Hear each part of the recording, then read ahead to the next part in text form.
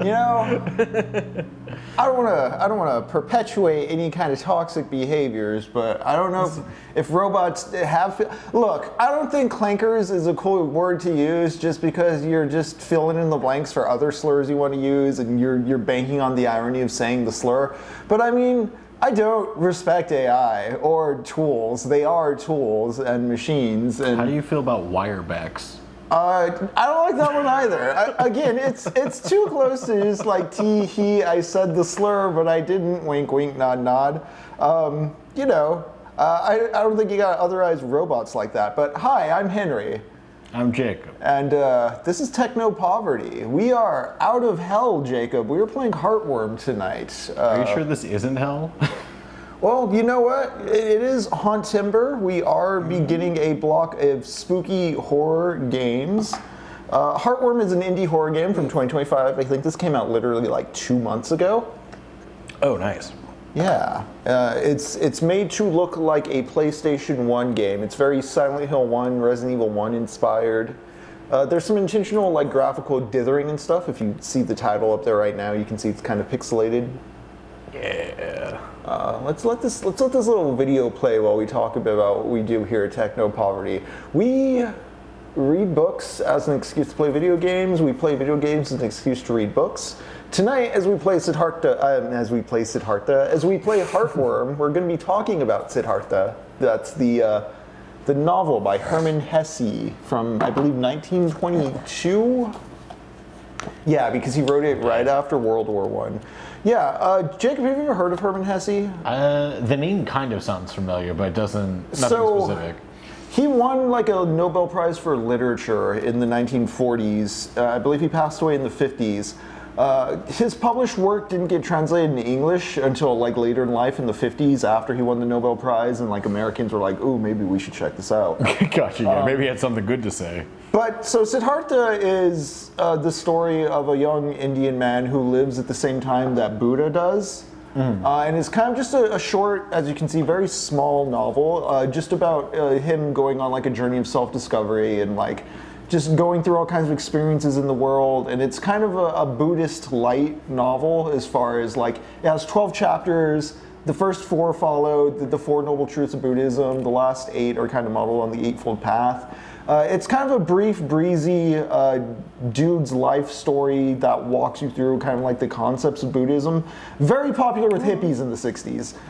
If you've watched Mad Men, or if you've seen any kind of movie or nostalgia piece about the 1960s where there's hippies invoking Buddhist ideas, you know, that was very big in the 60s as part of the counterculture revolution. Siddhartha was a huge part of that. Interesting. Okay. Yeah, we'll talk more about that, but I'm kind of curious what's going on here in Heartworm. See, I'm very much like T. Hamill's Mammal was saying. Siddhartha, we read that in high school. I didn't read anything in high school. I also didn't read anything in high school. Interesting that you read it like in high school, huh? Yeah, right? Like I was going to say, I was like, that sounds interesting. I mean, I guess like after, you said it was written after World War I? Yeah. So Hesse had a pretty interesting life. I believe he was the son of, his father was like a missionary or some type of clergy, but he was basically on the edges of Europe as far as like, I say on the edges of Europe. What I mean is like he did travel to the East, he did get into Buddhism, and like he went across, I believe, India and a few other places. And like, I believe he had a cousin who lived out in Japan that he went and visited. He did immerse himself in the culture. One thing reading Siddhartha I was kind of wondering about, because it's written by a German guy about an Indian protagonist, is like, does anything age badly or weirdly? And like, no, he does a very kind of like universalizing, mythologizing. In some ways you could say it's maybe romantic or mythological, but it would be the same way that like Star Wars is romantic for Americans, you know what I mean? Like, it's that Zack Snyder type of exploitation or schlockiness where everything's made sexy. You know, it doesn't matter where. Yeah, it doesn't matter who it is. It's sexy for everyone. The Wicked Whistling. The commodification of Buddhism. See, that's the thing too, Philly man, because I think in some ways, this is just trying to reconcile, like, because it doesn't tell you, the book's not telling you to be a Buddhist, but it is telling you to consider Buddhism. If anything, it seems like a Western imperialist, capitalist, maybe a liberal, the liberal mindset of like laissez-faire, like to my own devices, to my own markets, like I will be an entrepreneur and the world can't tell me what to do, I'm a businessman. That's kind of the path Siddhartha goes down in the novel. He becomes at one point a very rich businessman who's just good in dealings. And I can see a lot of like wah-wah, like mid-century American kind of spirituality stuff, like not necessarily started by this book, because I think the book's very good, but like you can take some bad faith interpretations of certain episodes of the book and like... Oh, okay. Twist, depending on how you need it. Yeah, there's a reading of this book where you can see like a very selfish boomer who's just like, yeah, man, I'm just gonna be a Roman dude. Interesting. Well, Kurt Vonnegut appreciated it. Simplest, clearest, most innocent tale of seeking and finding. Yeah, Kurt Vonnegut Jr. That is it too. It's very much earnestly trying to contemplate ideas, because again, yes, the hippies and such, Americans took it in like a weird direction in the 60s, but the novel originally wasn't, for American audiences in the 60s. It was written for basically German audiences in the 1920s, if I remember right. I'm just checking the year here. Yeah, agreed, Philly man. The Western interpretations of Buddhism are very interesting. Let me look up. I've met a lot of white Buddhist people. They are all very interesting, for sure.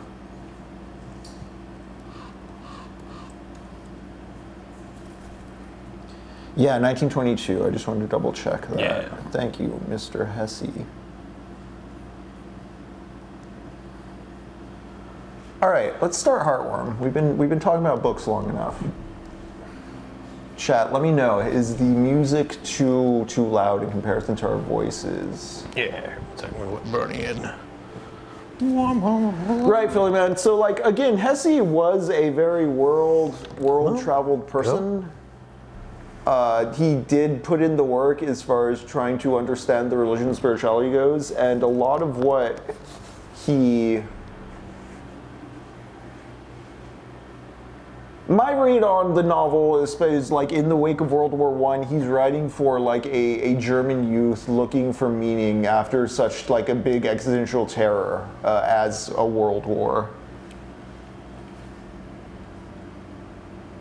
Actually, D. Hamill's Mammal, this game's from 2025.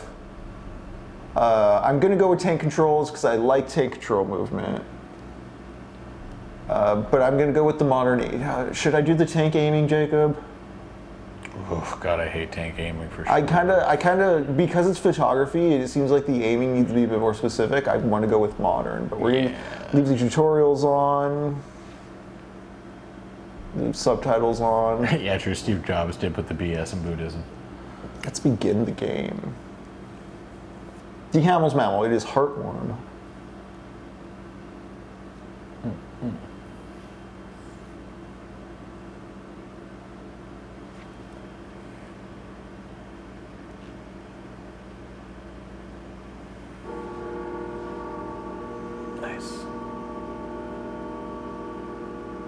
Pools are nice. It's funny that they're starting like that because they always make jokes about student films starting off on a clock. Right. Like, you can do anything. Like. Sorry you haven't heard from me. I've been busy. Hell yeah. You're not gonna believe me, and I don't even know if I really believe it myself, but I guess a part of me must because I'm dumb. It's fog. On an abandoned road, a few miles from that power plant in the mountains. It was hard to find anything about it. I started on message boards, and I ended up in a chat room talking with people who know people who've gone. They said a lot of crazy stuff. Love this The camera. one thing that they all agreed on is that in that house, there's a room that can take you to the other side. To see the people Okay. that you've All right. No one who's gone has ever come back, and that's why I'm writing you. Not for I'm built different. you to talk me out of going. Actually, by the time you read this, I'll already be there. I just wanted to let you know, in case I don't come back. That way you won't be wondering where I've gone. Either way, you don't Spider. have to worry about me anymore. Nice. I'm sorry, but I don't have any other choice. I just can't keep going on not knowing.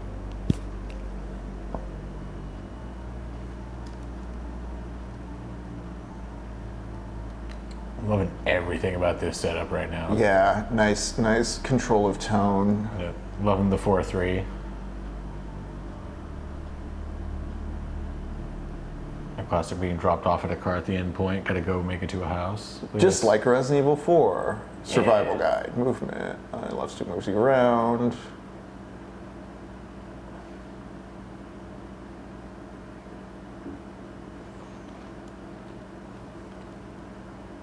Check equipment.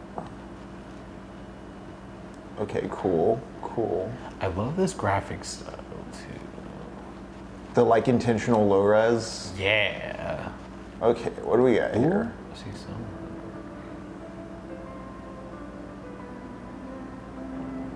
Oh, different outfits. Different costumes. Interesting. Oh, all right. Bunny ears. What is this one? Like a tiger or something? It looks like it has some Or- sort of tail. Curious. Maybe a mouse of some sort. Love this. This is great. Okay, so we have our regular costume for I now. love her leg tattoo. I love this main character. Yeah. Just the vibes are perfect. Take the camera, yes. Nice. Just ripping Resident Evil menu. I love it. Oh, I just walk over that thing. Cool. Can I get to the other side of the car? Yeah. Oh, I thought I could maybe check out that wheel, but no. Or the bottle under the wheel. Maybe I can from this side. That looks like a thing to get, right? I don't think it is. Okay. All right, let's see. We got a lighter. We got cigarette lighter. Do they have Barney, what do you my do? favorite lighter? Cigarettes. Nice. I Do really cigarettes need to heal you? quit. I'm wondering. They're fed on our film. Let's load it into the camera. My grandfather's camera, eh? Okay. Hell yeah. All right, let's get to it. We are leaving civilization. I wonder if I spend more time thinking about death than the average person. Whoa, what's down that My hill? grandfather died a while back. I know it happens to everyone. It's true, folks. We all die someday, folks.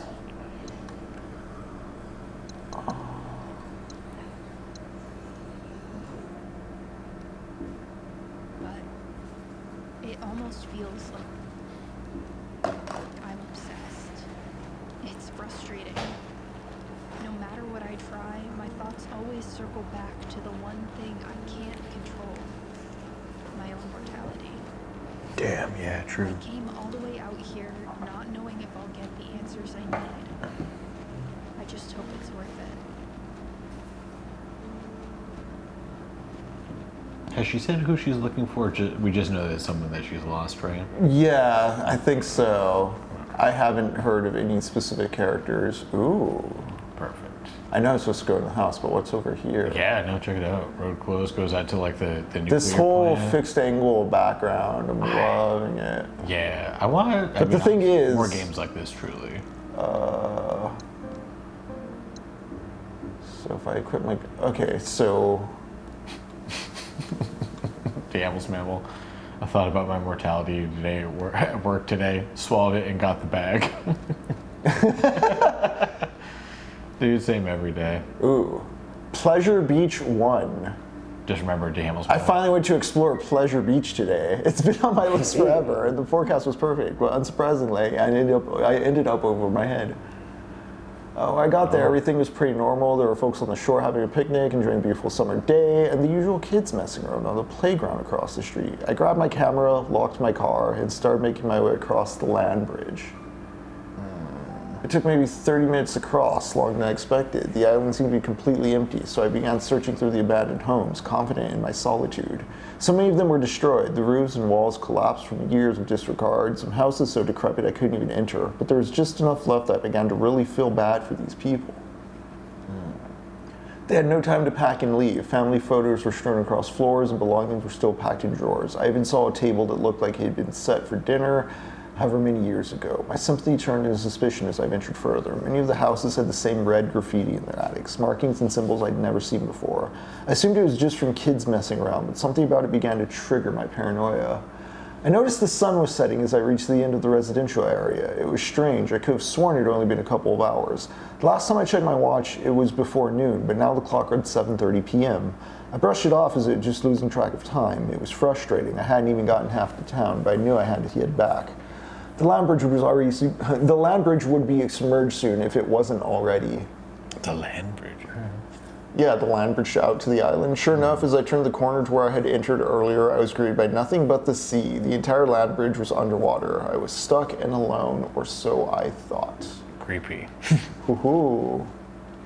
Is that all that's there? Is there an item after all that? Right, can we take it? Or does that just hang out there? Okay, it's just that. All right. Is this a back entrance to the house? Love it. So the reason I picked Hermann Hesse's Siddhartha to pair with this very spooky game, Flash.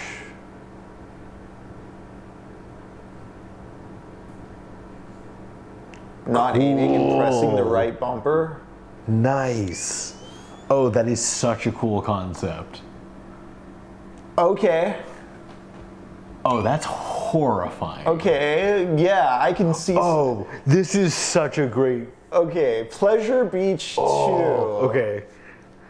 It was darker than any night I could remember. The island was far enough offshore that there was no light pollution, and in almost no time I was wandering in pitch blackness. It was cold, too. The breeze coming over the water contrasted heavily with the mild weather earlier that day.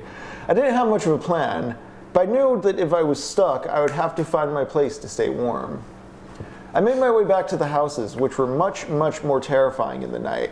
I turned to look down the street and froze mid-step. I could barely see due to the lack of light, but it looked like another person was standing there, right in the middle of the street, staring at me, motionless. I tried to rationalize, but in my situation, my sanity was already being tested.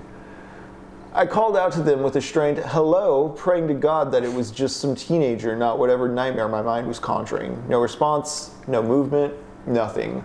I looked around and noticed some of the windows in the attics of the houses looked like there was a dim light coming from them. Candles, maybe? But I'd been here all day. I didn't see anyone. It didn't make any sense. As every possible scenario, none of which seemed to end well for me, raced through my mind, one rational thought broke through and reminded me. I had my camera. I could trigger the flash on demand without using the little film I had left to illuminate my surroundings. I was so scared I almost didn't want to. What if there really was something there, and using my camera would only alert it to my presence? Finally, I pressed the flash trigger. Everything around me lit up, and I saw nothing. The figure in the road was gone, and light coming from the windows, gone. It was just silent, the long dead town in me. Okay. Terrifying. The rest of the night was uneventful. I used my camera flash to navigate the ruins, found the closest house with 4 intact walls, locked the door to one of the bedrooms, and fell asleep against the wall. I woke up the next morning and booked it back across the land bridge. I don't think I'll go back to Pleasure Beach. Okay. Creepy. Okay. Love that. Was this?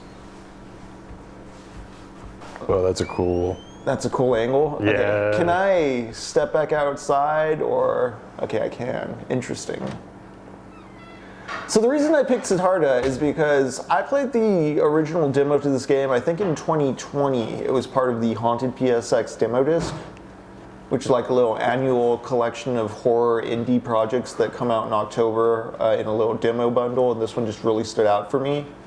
But in that demo, there's a note that like directly quotes the works of Hermann Hesse, so in the shallowest sense, that's what I was going for, but I can kind of see how the two might relate. Okay, front door's locked, notice condemned.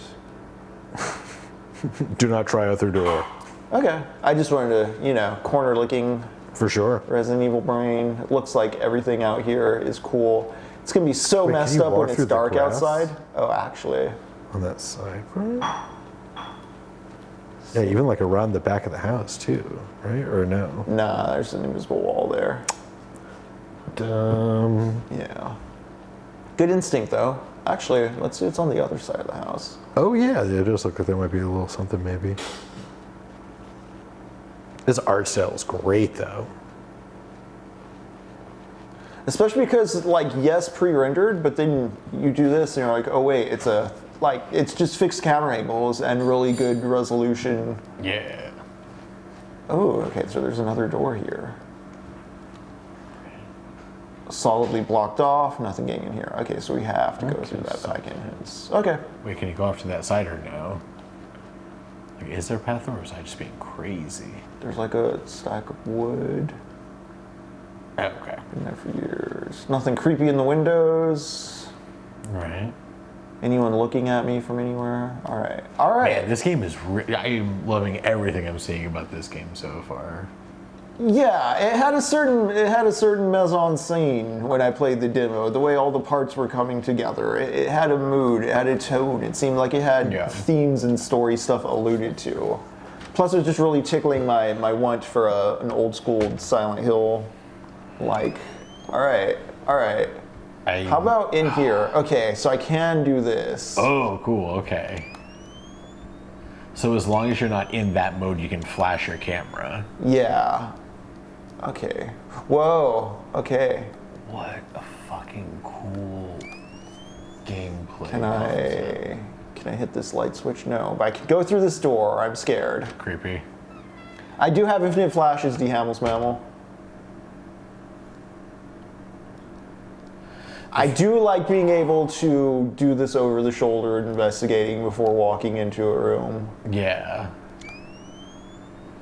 This reminds me too, this one time me and a friend of mine in high school went out during like a rainstorm in like the woods of New Hampshire, and it was pitch black in the woods once we got there. We were trying to get to a cemetery, taking a shortcut, and you couldn't see a foot in front of you, but as soon as like lightning struck, you could see the entire forest. So we would run as far as we could remember seeing, and then we would stop. And this is definitely like that same exact vibe, and I love that. Also, like exploring old houses as a child, breaking into places we shouldn't, doing things we shouldn't. It was a great time.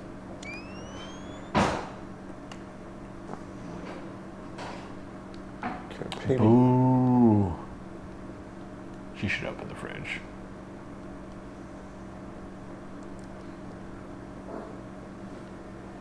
Barney, stop asking for food. Barney's off camera trying to get snacks. Nothing over here. Okay. Let's go maybe over here. Anything? Any way to get way over? Oh. There's a huge fireplace. There's got to be something in there, right? That has to be put up somewhere.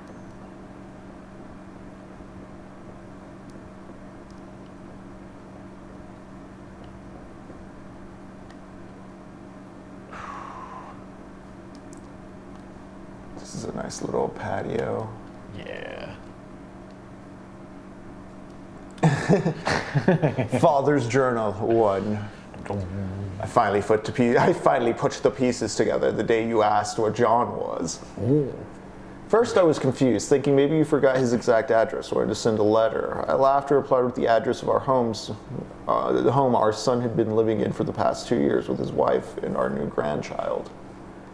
I won't ever forget the look you gave me. Perplexed and confused, you asked, what is he doing there? When I told you that he moved there for his job, the expression on your face darkened. I could tell that something wasn't adding up for you, but you just slowly shook your head and walked away.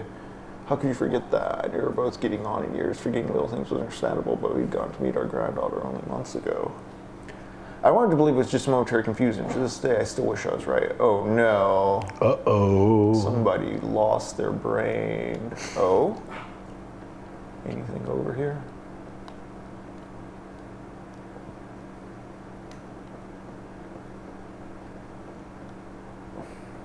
These angles. Yeah.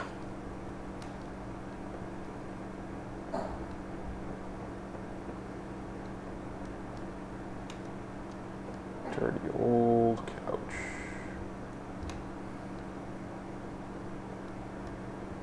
There's a kitchen.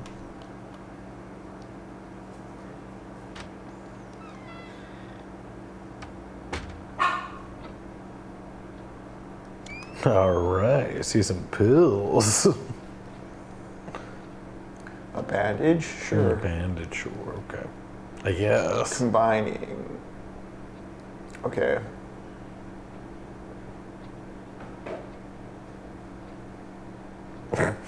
So combine bandages with gun and shoot Band-Aid onto self. Yeah, bandage with antiseptic or combine them to make a first aid kit. Okay. So instead of the Resident Evil herbs, you have bandages and antiseptic. Got Okay, it. I like it. Oh, gee, I almost went, well, I thought Barney was the game audio, and I was like, oh man, the sound design is atmospheric. All right, let's make some first aid. Barney's off in the distance barking for snacks that she's not going to get. Or maybe she will, we don't know. Yeah. We don't know yet. She's Oh pretty boy, convincing. do I go in there? Ugh, creepy. Oh man, this house. I can only imagine all the dust you're breathing in this house.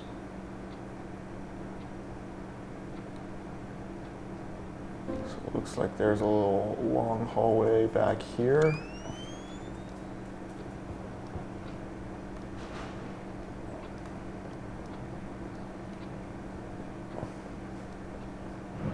Yeah, Barney.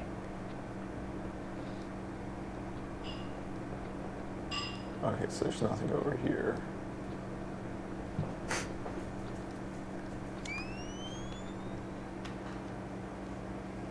This room next.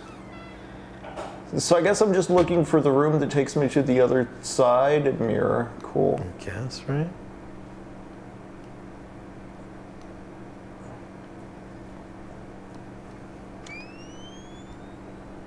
Anything special? I don't really see. Years of filth. Gross. Yes, I'll take more antiseptic. Not opening the shower curtain. Not using the bathroom. She had no problem going inside of this horrific place. And it's like, But I'm doesn't not want to gonna open close anything. things. Yeah. She just wants to find the magic room. Listen, lady. You're gonna have to open some gross doors. Looks like my bathroom for real. Well, No, Devil's Babble, no.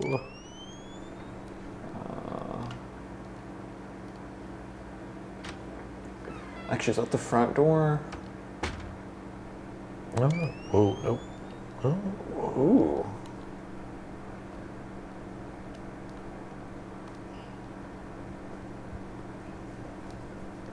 okay. I thought that was like a note or something.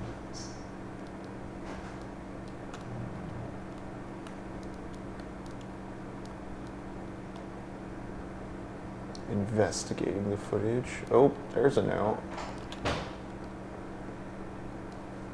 Father's journal too. We went to see the doctor today at last. It's hard to make it out all the way to the city. When we were younger, it seemed like such a charming idea to have a house so isolated. It was our own little world. Now just getting groceries in town is a hassle. Made the appointment and made sure you were ready to go. I could tell you didn't know why we had to. You didn't think anything was wrong. I've always had my head in the clouds. I'm fine, you're overreacting, you would tell me over and over. I didn't want to think about whether you remembered the reason why this was necessary. We're waiting on the scan results now, but based on how you were with the doctor, I'm not hopeful. You had trouble answering his questions and kept looking at me for answers. God, why is this happening so fast? I held your hand over the stick shift and drove home while you cried softly to yourself. I can't help but hate myself for thinking it, but I think we're close to the end. How did this happen so quickly? Only months ago, the sounds of your singing filled the house as you tidied up, did the dishes, cooked us dinner. Now you barely get out of bed. Something inside of you is broken. Half the time you look at me and see a stranger, but you won't acknowledge it. You just turn over in the bed and try to go back to sleep. I wonder what you dream of. I hope it's the last fragments of our beautiful life together. Damn. All right. Yeah, fuck. So a couple lived here, and then I guess the wife had Alzheimer's or dementia. Books destroyed. And it's like library photos or whatever. Yeah. Fireplace, bathroom, dining room. I like that they tell you it's incomplete if you need to keep looking for stuff. Thank you. Yeah, so like the dining room and the foyer for sure. Mm-hmm.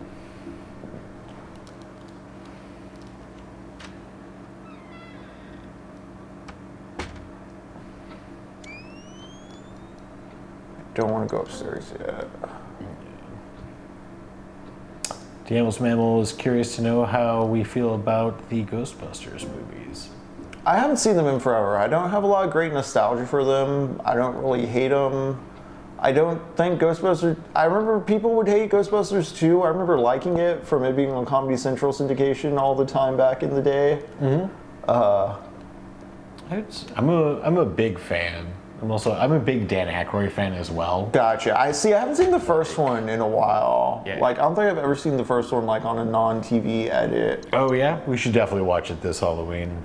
I like them a lot. I haven't seen any of the new ones. Like, I haven't seen the female Ghostbusters. Right. I've only seen the first Ghostbusters two. Afterlife. Like, I've only seen the original. And It seems like a weird thing to force a franchise on. As far as like, there's like an insistence on there being like these legacy sequels and like all this other Ghostbusters stuff where I'm just like, why? I'm also just like, honestly, I just wish I could come up with an idea as cool as Ghostbusters. Because like, what a fucking cool idea for a movie. Like, Dan Aykroyd and his parents were actual paranormal investigators. Dan Aykroyd like knew the science of like what ghosts would be like and was like, what if I just make this really cool movie about people fighting ghosts? And Oh. Ooh. Fresh smoke. Is this a save room? Oh, here we go. Narcissus and Goldmund, Hermann Hesse. Ooh. He thought that all men trickled away, changing constantly until finally they dissolved, while the artist's created images remained unchangeably the same. He thought that the fear of death was perhaps the root of all art, perhaps also of all things of the mind. We fear death. We shudder at life's instability. We grieve to see the flowers wilt again and again, and the leaves fall, and in our hearts we know that we too are transitory, and will search for laws and formulate thoughts. It is in order to salvage something from the great dance of death, to make something that lasts longer than we do. Perhaps the women after whom the master shaped his beautiful Madonna is already wilted or dead, and soon he too will be dead. Others will live in his house and eat at his table, but his work will still be standing hundreds of years from now, and longer. It will go on shimmering in the quiet cloister church, unchangingly beautiful, forever smiling with the same sad, flowering mouth. Okay, cool. Yeah, damn. Why do I get Hermann Hesse? Do I get to... Noticeably better kept than the others. All right. For sure. Can and I- the fresh cigarette being lit. Yeah. The Can I computer. interact with that cigarette? Yeah, can you like... Is it just the can you just like Narcissus? grab a drag off of it? Right. I was like, is this the save room? Is that the save point? Okay, so someone's smoking and reading Hermann Hesse here.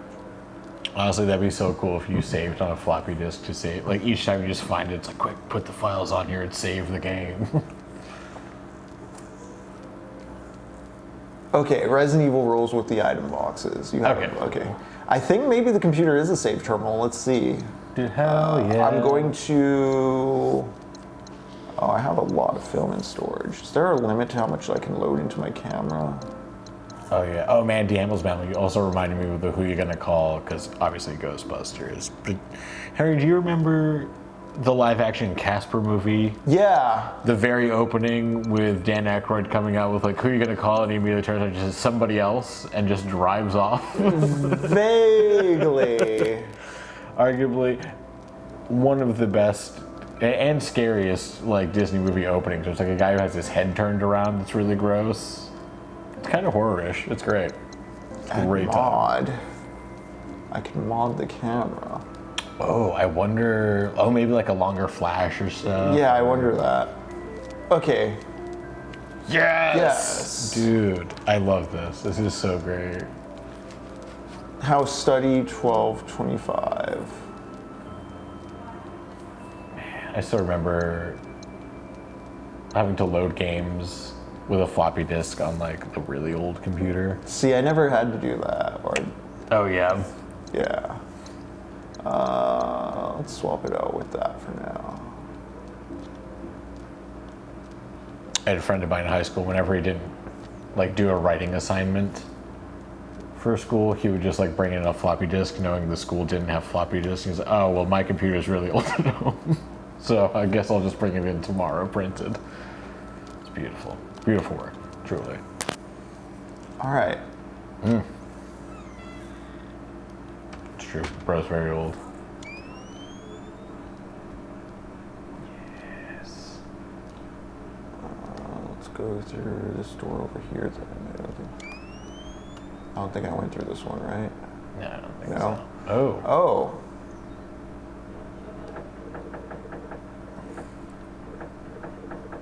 Turd.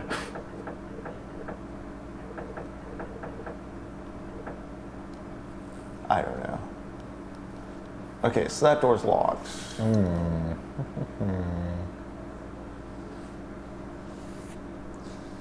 And I haven't been upstairs. Oh, we haven't yet? No, I haven't gotten through any of the upstairs stuff. Let's do that now. Oh, that's right.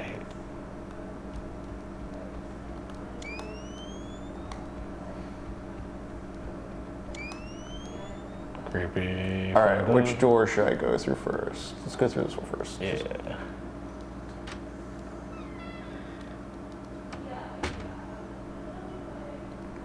Well, this is interesting. Oh, is there things moving? What the It's just dust in the light. Okay. Okay. Yeah, okay. Not going on the balcony. Ooh. Does it say something right there? Whoa, yeah, it does. Dang. Elise, February 1989. Mary, January 1991. Paula, August 1992. Oh, interesting. This must be the door. Ah, man. Yeah, what are these? Yeah, what are these things down here? Mannequins? Nothing creepy about these. Absolutely, completely agreed. All these okay, so Yep, it's mannequins. mannequins Okay, I don't. covered. That door looks like a portal to somewhere. Right? Like I'm gonna- it looks like something happened. I know the point of the game is to like experience that, but I mean, I want to look other corners first before we go. Yeah, before we activate the next part of my house.wad. Okay, Yeah. locked. Ticking clock on the other side. Got it. Okay. God, that's Which, wow, folks, what a great game my house.wad was. so good. An amazing way to finish our Summer of Doom. Yeah. Was it Philly Man who sent the extra material? Yeah, about Philly Man sent us an explainer video. You know what I noticed about the explainer video Philly Man sent us? It did not include anything about the hospital we stumbled onto that one time we died. it? Yes. So just, So there's even more. and there's that's so much to myhouse.wad that you do not see, and I don't know, maybe we'll replay it sometime. I kind of want to go back, but also, There's also that hallway I accidentally stumbled upon. I don't Yeah. think that cement basement was really brought up. access the map from your inventory by pressing back. Okay. Okay. Okay, quick button, quick button, quick button. Yeah, 3256, I think those were just my favorite in general as well. Yeah. Agreed. That alien one, so surprising, and a great little mini preview of the horror games we're now getting into now. Yeah. But as you, oh.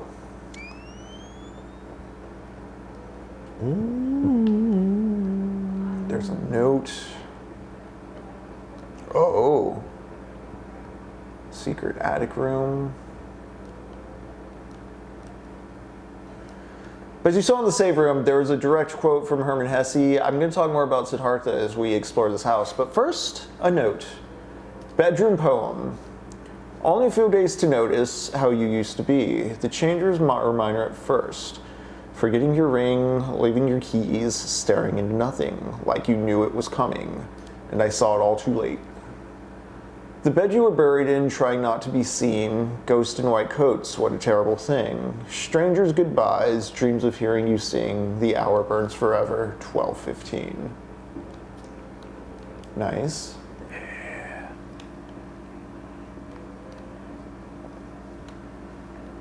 It's fucked up because I know just by the merit of there being this camera doing this, and that like there's like some sort of like photography ammo, like you know there's going to be an attack at some point. And Oh yeah. You're just very. The flashes. You're just very. Oh, do we go? Oh, it won't open up top. Okay.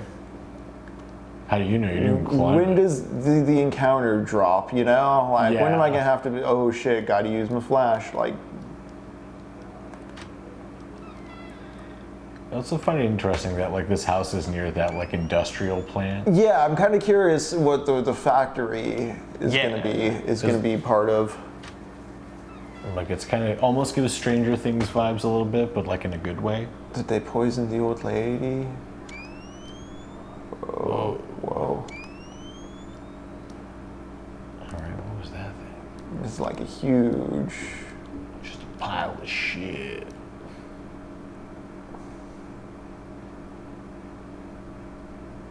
Okay.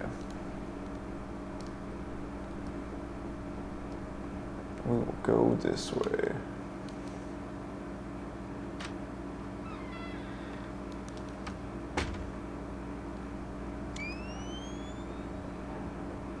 Very Resident Evil coded noises. Oh yeah, everything. I like that this game is its own kind of Resident Evil. Yeah. Like, I never played Fatal Frame. Oh hey, a key. A lot of pills. yeah. I really need to play that. I forgot what it was called. Cold something. Cold Fear. Yeah, Cold Fear. That one was really fun while I was playing it. Empty pill bottles, serious medical equipment. Drawers are mostly empty.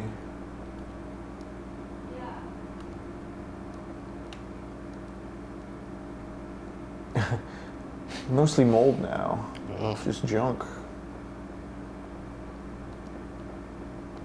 It's probably where the wife was taken care of. Yeah, we did get an attic key though.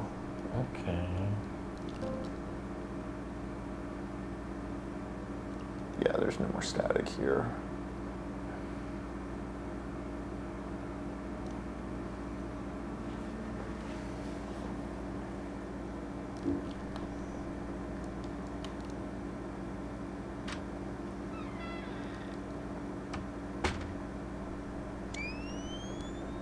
This weird zone locked down.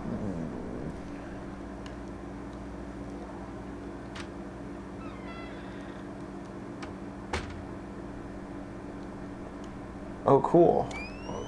A fucked up bathroom. What's with this? Okay, it's an open window. It's like, is it like a tilted painting? Who leaves a journal entry in a bathroom? Father's journal. Father? 3. Father, why are you writing? I'm alone in this house now. All I have left are the keepsakes of a long life together. Oh, Rose, looking at your young face smiling and laughing on grainy film is a poison that sours my heart by the day. Seeing you alive but knowing you are gone is far more than I can bear. At least I have our memories. Oh no. Sad. He fell into depression and despair. Imagine how she feels. She's the one going through it. It's gonna be sad. Alright, I think.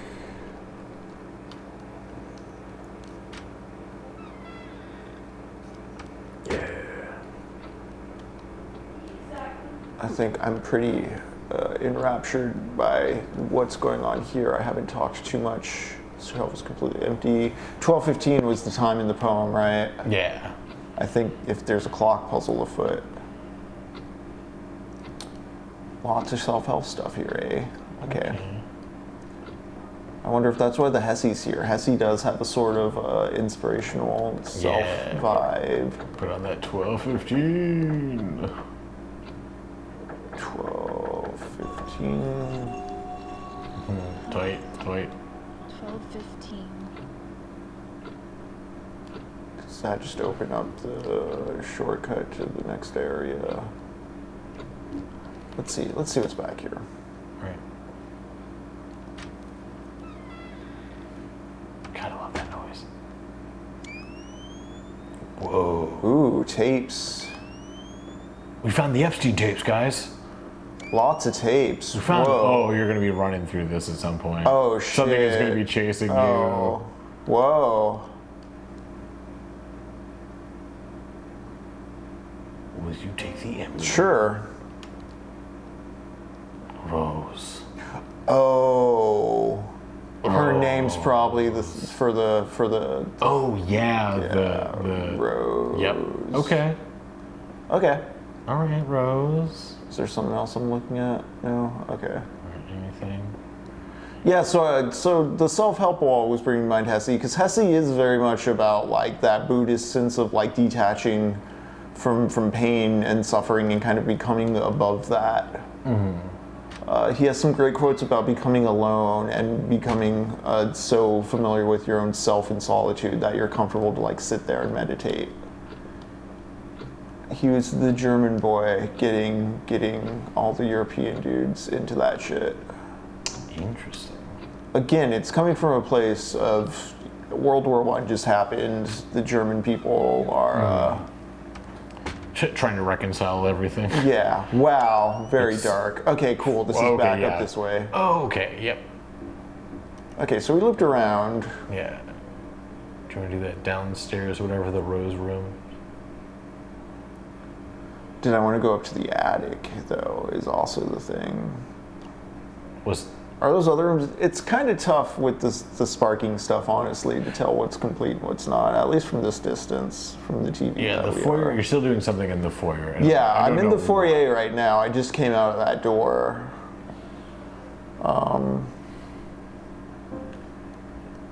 Yeah, before we go into the attic with the attic key, let's see if our hunch is correct on this. ROS.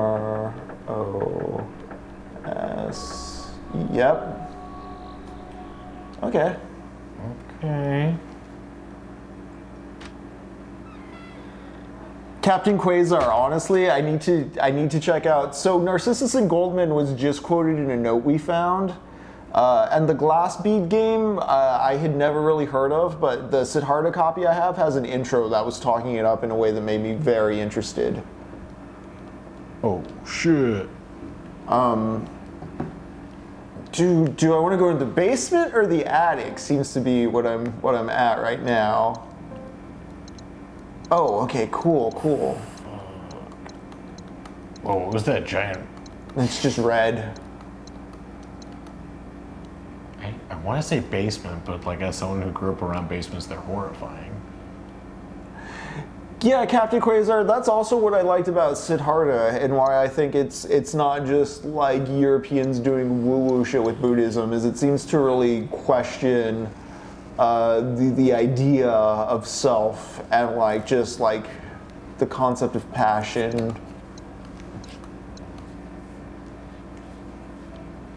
It's not holding it at a distance, but actually interacting with it. That's actually part of the pun of the name of the main character, Siddhartha.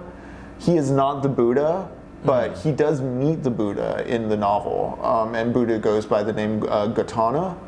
But the thing is, the Buddha's real name was Siddhartha Gautama, so in the novel it's almost like he's like the shadow self of the Buddha. Himself. Yeah, because that's a big thing. That's a big thing with the book. So to just kick off the summary.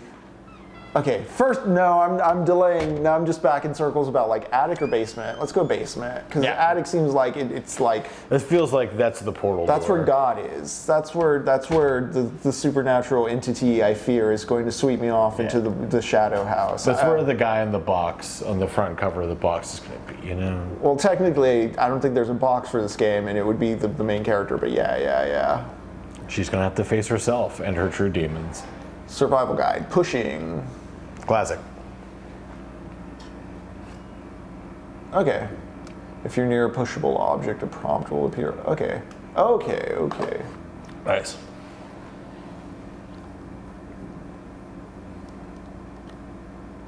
Cool.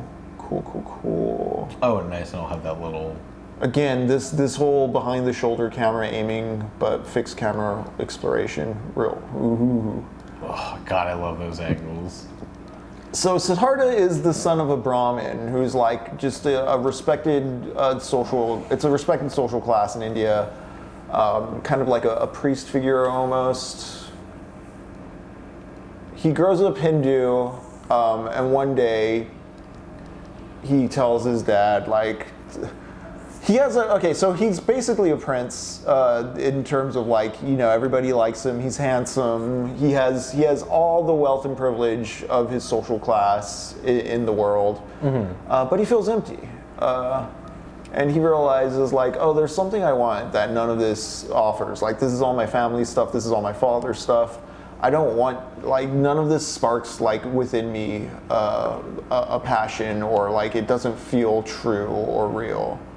Man, what is this place? Right. So yeah, a lot of this story already is starting to sound like the story of the Buddha as well, so. Right. I like it. Oh. And so these monks come through town one day, these holy men, these samanas is what they're called. And they kind of give up all things in life, and they're just kind of pilgrims on the road, detaching themselves from all want, all joy, etc. And so he decides, Father, I'm going to join these people. And his dad really doesn't want it to happen, but his dad also sees he has resolve, and this is what he can't tell him no, like his kid's gonna run away. Yeah, he's not gonna listen. So his dad's like, okay, go for it. And he goes, and his friend Govinda goes with him. His friend Govinda, who just loves and respects this boy and sees within him, like, the riz. This man's gonna be a king. The way he carries himself, the way people love him, the way I love him. Like, I want to study from this man and be his friend. And so the two of them join the monks and go off on an adventure. Okay. Yeah, push that. Push this one, and then go this way, maybe? Whoa. What a creepy basement. Right? What kind of basement is this?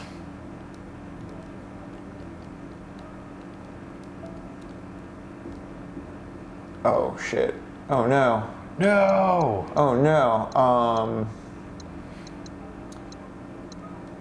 Damn, because I'm pretty sure. 13 cigs. Yeah, Just fucking sitting riffing him in like the storage container. It'd be beautiful. Father's journal. I have to get up early to finish packing, but I can't sleep. I heard ungodly noises coming from the attic. Going to take a look.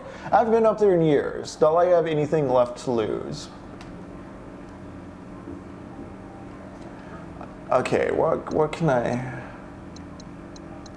How can I alleviate the situation? I'm not damaged. I should have put the antiseptic away. Am I gonna have to run? Well, the save room's not, this is because this is the rose door, so the save room's not too far. I just really wish I didn't have to do it this way. Yeah.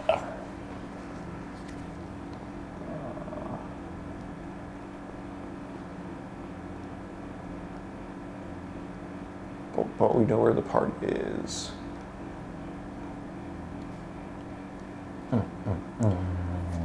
What's Captain Quasar saying? I'm just doing the run back right now. There's a book I want to check out too. You might be interested in Giles Goat Boy by John Barth. It's about the universe being condensed into a university with different things and concepts making up different parts of the university, and it's like humans versus machines. Huh. That sounds kind of cool.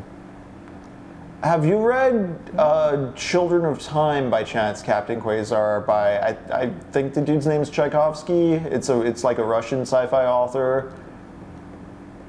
I've heard good things about that series. Yeah, same. I had a friend who had some pretty high praise for it. Okay, I think the safe room was right here.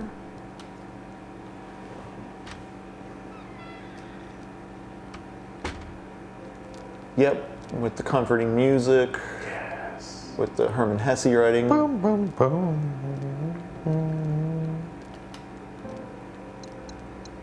Okay, I'm gonna need the attic key. I'm pretty sure I can combine the two parts. I think I'll be good with just this. I think so. I think you just need that one spot. I'm gonna be a fool. I'm not gonna save right now. I'll save when I come back. So Siddhartha and Gavita,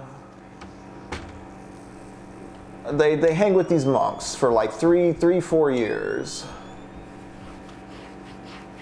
and they learn to fast, they learn to be patient, they learn to think, they learn to be able to, you know, go for a long ass time without food and just be peaceful and able to survive on very little and to be content with that. But Siddhartha feels like it's sort of egotistical, or it's just a gesture. Like, they're not participating in life, they're not searching for anything, they're distancing themselves from life, if anything, in a way where he still feels empty about it. Like, Yeah, it's not filling that void. right, he came on this quest to kind of rid himself of self and to discover something more meaningful, and he's realizing by like not doing anything and by removing himself from everything, he's still servicing his self. He's holding his self above everything in life. Like, he's not participating in things, he's just... Yeah, just a new way of the same issue. Yeah, and I have a little passage I want to read real quick.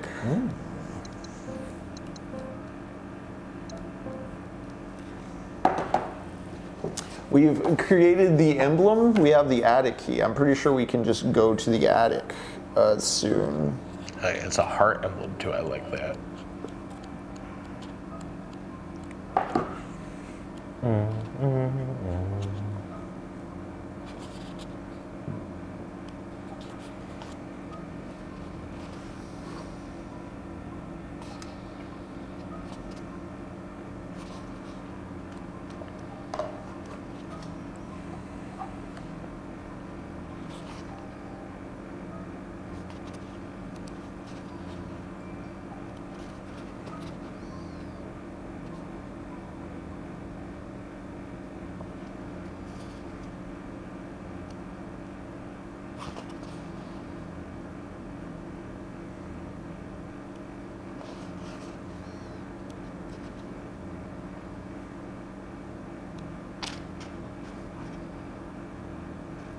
All right.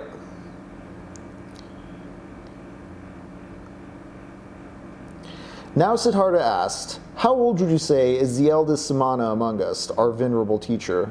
Govinda replied, "The eldest among us is perhaps 60 years of age." And Siddhartha said, "So he has lived for 60 years and has not yet reached nirvana. He will turn 70 and 80, and you and I, we too will grow old, and we will continue to perform the exercises, to meditate and fast. But nirvana will remain out of reach, both for us and for him. O Govinda, it seems to me that of all the samanas that exist, there is perhaps not one, not a single one, who will reach nirvana.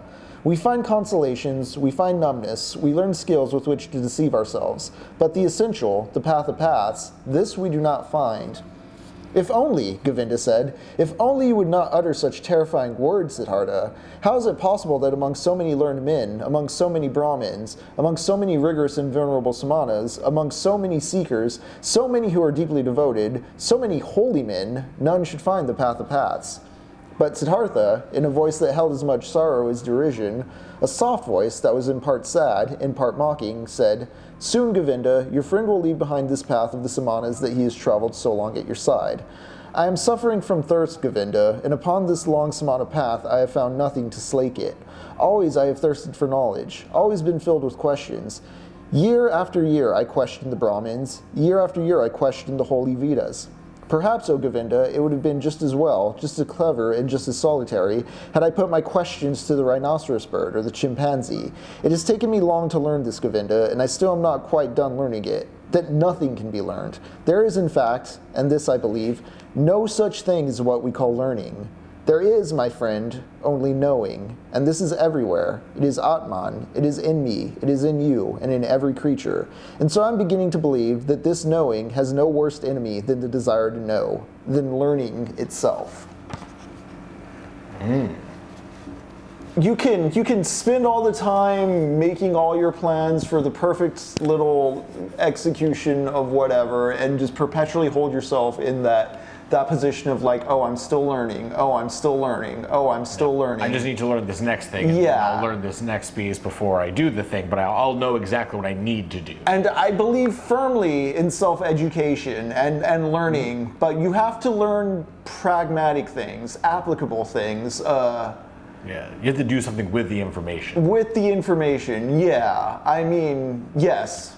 Information just for information's sake is... He's like, so we're meditating on nirvana, but we're always being held at a distance, measuring ourselves as distant from nirvana. Like, you can always hold nirvana at that distance, but I want to know. I don't want to meditate on nirvana. I want to pursue nirvana.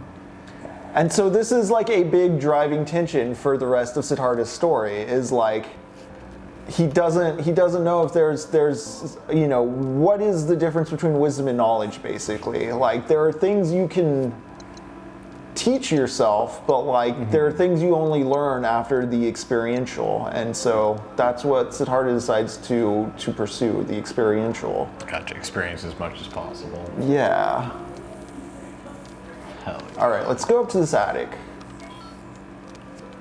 Drugs.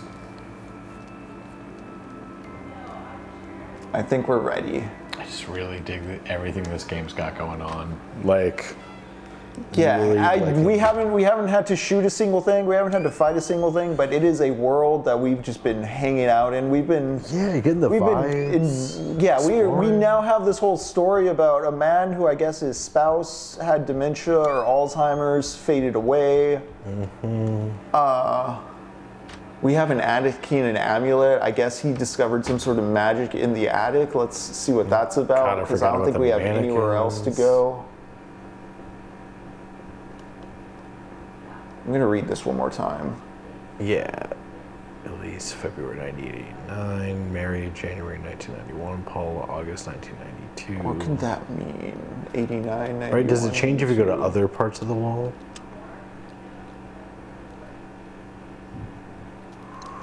Yep. Cool. You don't want to hang on to it as a memento? I've always been curious. There should be a Resident Evil game or Resident Evil like where, that happens. But if you hold on to all the keys, there's like a secret door at the end that unlocks like an armory. Yeah, like a skeleton key kind of setup. This is cool. Yeah. Love the great light coming lighting through the effects. floor. I don't That's- want to bog it down because I feel like we're about to get to a story set piece. So the last thing I'll say is, because they're dissatisfied, Siddhartha and Govinda start hearing word that there's this guy going around, the Buddha, and he's talking some real cool shit. This dude, Jesus. It's really challenging the status quo, and so they decide to leave the monks and go find the Buddha. And I'll pick up the story from there after we play a bit more Heartworm. Hell yeah. But so much of the story is about not being afraid to be alone, not being afraid to start again, not being afraid to throw yourself out there and just Just experience life. experience life. Yeah. I can see it being something, especially in like 1950s America, with how stodgy and post-war like uptight everything was. I can see some shit. Wait, go get that paper before. Which paper? Towards the front of the level. It's like right by the door. Oh, I didn't see that. Good. Oh, damn, I was about to say, Joe, like, man, they really want you to see it because it's in like 3 different shots. Like, get the torn paper. And I'm like, what is this? This message seems hastily scribbled. If this is real, if this place is what they say it is, I don't even know how I'll feel. Will it answer the questions that I and everyone who has ever lost someone have spent so long asking? And what if it does? Will that change anything? Ooh, that's a good If question. I don't come back and someone finds this, I tried my best. Someone else was here. All right. Hastily scribbled whoever. I really liked that effect, though, of you getting... This shading. Yeah. Wait, what happens if you flash? Is there anything in there? Nah. I thought there was going to be like at least like one thing hidden away. It's like, nah, it's just that door. That effect is so cool. Yeah, this and little very zoom in. unexpected. This feels like that moment in like Hide Alone. Like, wait a second. Oh man, it's a rose. Oh. Let's use our rosebud. Use the emblem. A heart wrapped in thorns. Tight. I like that. That's like symbolic of some shit. The air feels colder all of a sudden. Something has changed. Yeah. If I go through this door, I may not come back. Well, Sam, like, what else are you doing, hon? Right? Time to shed my old self and become my new self. Yeah, cool. This is the thing about Siddhartha, is like, each chapter he's typically shedding himself and becoming a new self. He's either losing something or gaining something, and it's like a new phase in his life. It's this idea of like constantly crossing thresholds. He has the idea at one point after he's left the monks of like, maybe I go back to my dad, but he's like, no, I'm a different person now. Whoa. What a thresholds. Whoa. I have no camera controls right now. Damn, I was about to ask. Yeah. All right. I went through a portal in the attic. I guess this is what I was coming out here for anyways. Dude, this is so cool. This is so trippy.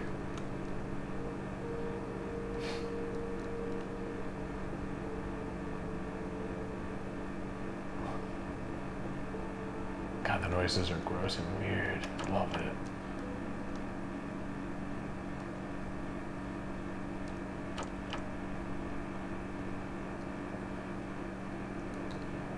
Where else can I go? Right? Like what? Right?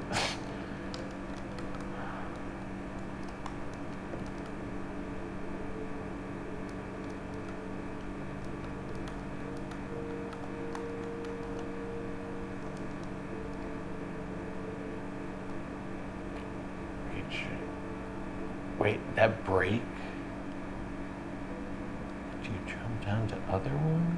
There's like a break in the railing or something? Yeah, can I go back up? What's... Right, maybe it's like you go all the way back up, like, oh no, I can't turn back. Oh, I fucked up, guys, I fucked up. Oh. Whoa. What the fuck? It's dragging me down. Hate this. Hate everything about that. Whoa.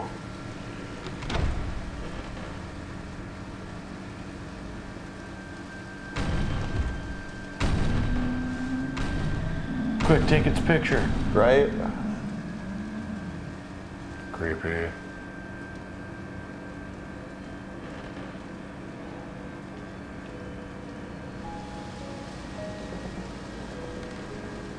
Oh.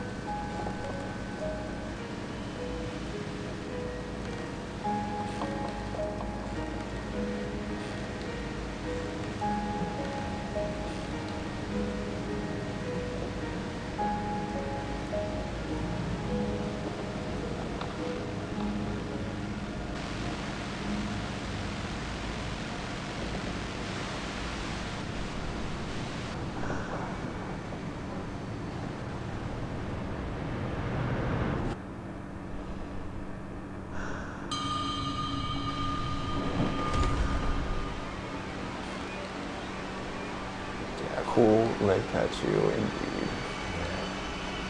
Don't go to the TV. Oh, no, the TV pulls you in. The TV is glowing. Damn, I did see the TV glow. We do have the lights appropriate for it. Yep, true.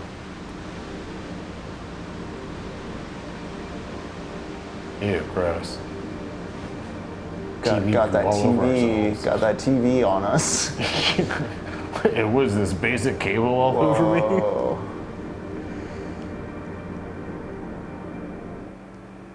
Whoa. Heart is like a claw machine. Mm-hmm. I don't think we're in Kansas anymore. Most definitely not.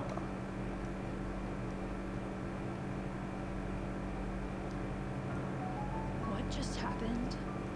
All those stairs and what was that thing chasing me? Good question, Sam. Now I'm somewhere. If this is the afterlife, it's not what I was expecting. Regardless of my expectations, I can't go back the way I came. Good. I'm not leaving until I get answers. I wonder how many people she's gonna run into from who've been here before, you know? Yeah. Whoa. Yeah, same damn as well. I also like the purple. So it's a vibe.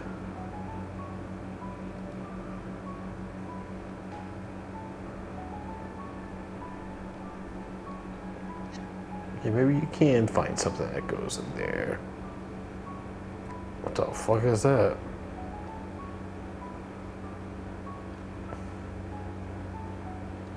Yeah, there's. Can you take a picture of that? Or camera hit?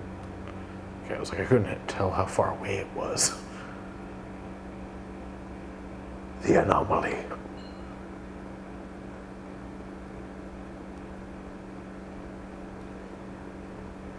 It's like a highway. Yeah, I was like, oh, this is a street.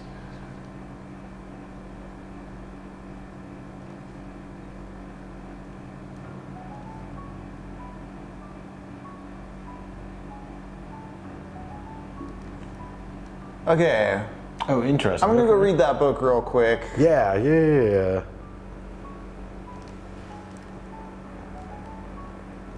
Loving the soundtrack. Yeah, this atmosphere's on point. Yeah.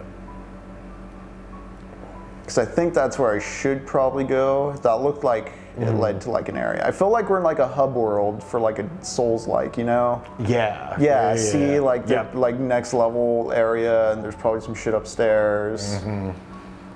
Oh shit, what? Y'all, we can play some chess.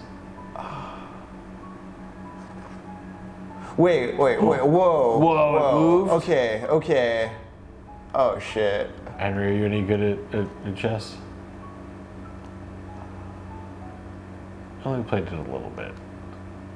I haven't played in a while, but when I practice, yeah. Okay. So there's a knight.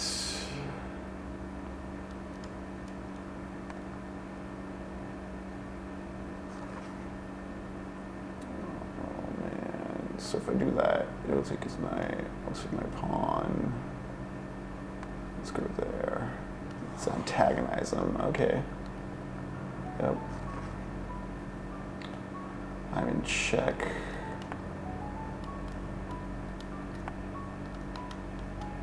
Now that queen is paralyzed. Shit.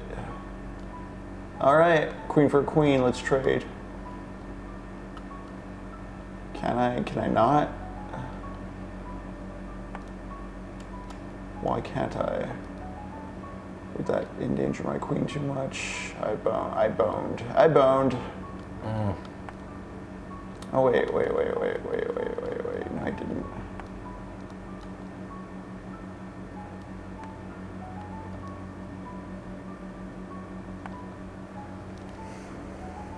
Why can't...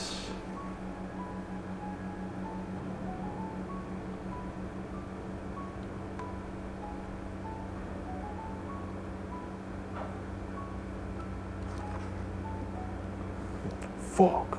How do I restart the game? Okay. Oh, this can be a problem. All right. Get the knight out there.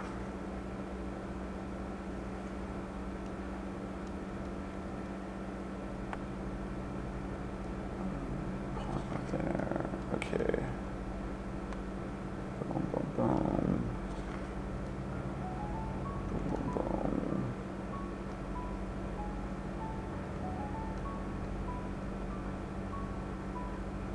Antagonize.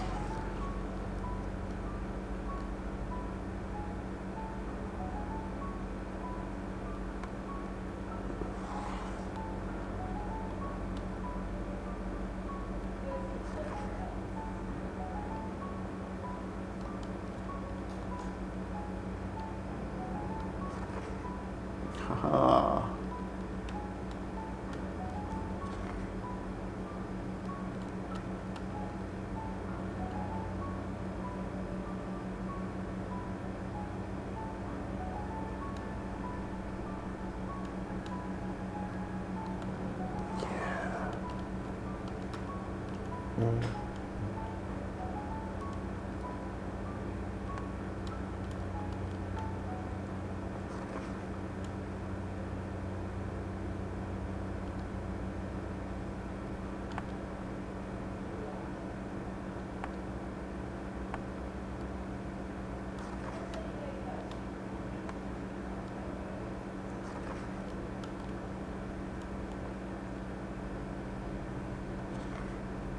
shit. Damn. Yeah. Yeah,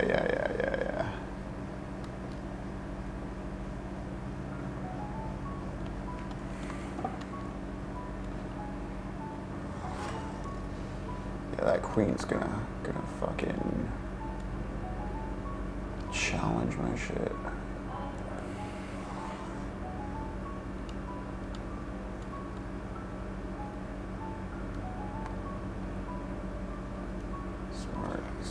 Smart. All right.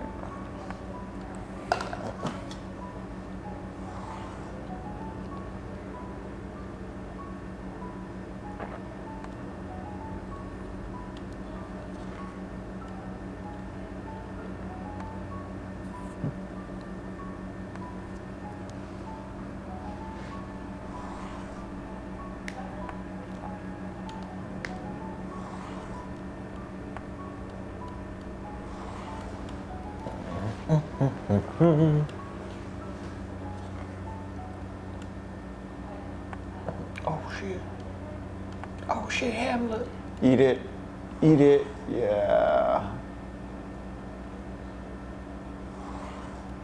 Oh shit, Hamlet. I just saw a fucking vampire. Shit. Fuck. Oh fuck. Hamlet. I didn't realize. That's a knight? I didn't realize. Okay, let's see. Let's antagonize what we can, where we can.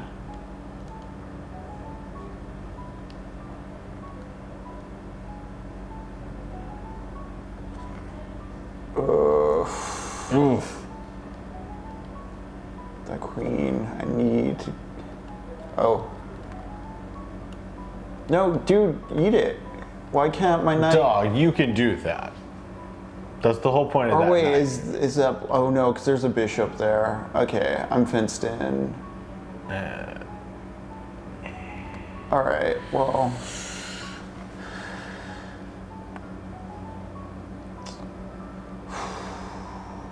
No. Damn it. Yeah, I think that's me. No. It's going to be, yeah. Okay. Okay, good to know that's there. I'm curious. I have to brush up on my chest. Let's read the book. I love this very Hellraiser chains on the book.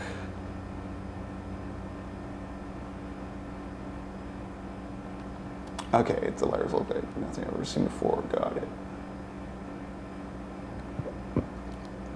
Yeah, there's a gate up there too, so this is basically our hub world, it seems. Alright. Guess we're gonna has a computer. Yeah, guess we're gonna find like pages for that book, I'd imagine. Yeah. I just love the idea of like, yes, welcome to hell, but also I need my gateway computer. Yeah, how else are you gonna save? Where is this electricity coming in this world?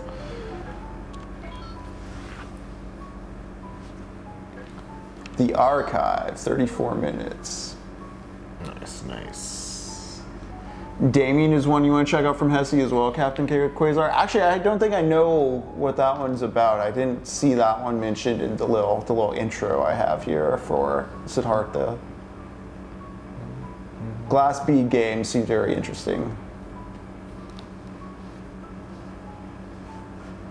All right, let's head towards the static and see what's up. Yeah, take that shit out. Okay, so when it's red, interesting. Cool. Whoa. Hell yeah. I guess this is the next Dude, this game. next area. Got some really good like Ooh, cool. 90s cartoon like.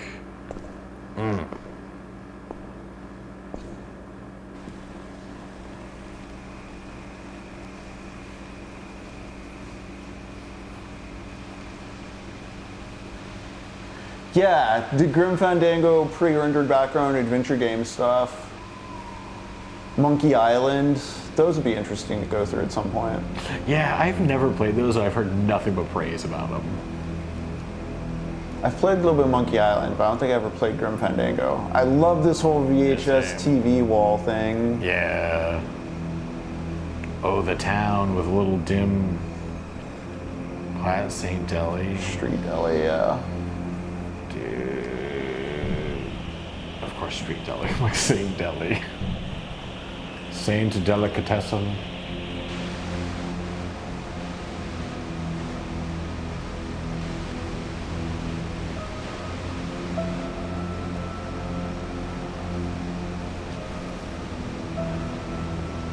Can I even go back through? Nah, don't think so. Oh no! Fuck. So static, white noise is the monster. God. Like the Indigo Children. Or Indigo Prophecy, yeah. Well, you can freeze him.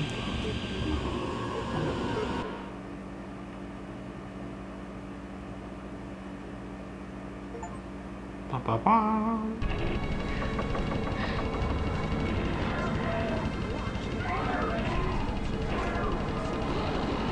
Choose fights wisely. Okay.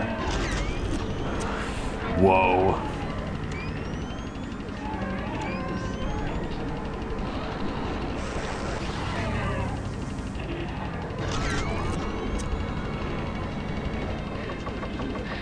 How does this... 3 pictures and they're dead. And they don't seem happy about it. At least I have some way to defend myself. Okay. Creepy.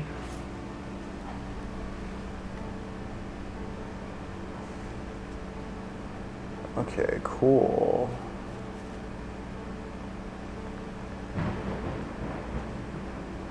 Can I go? Oh My yeah. grandparents' house. Or rather, my house.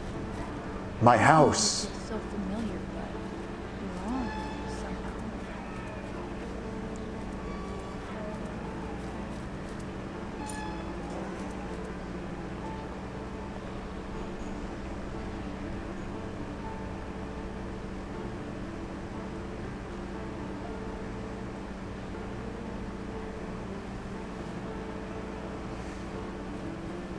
Are there other Sally houses? lived here with her parents until her mom passed.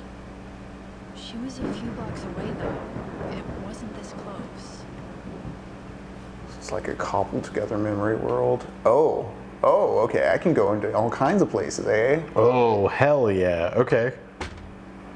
I'm so used to whoa.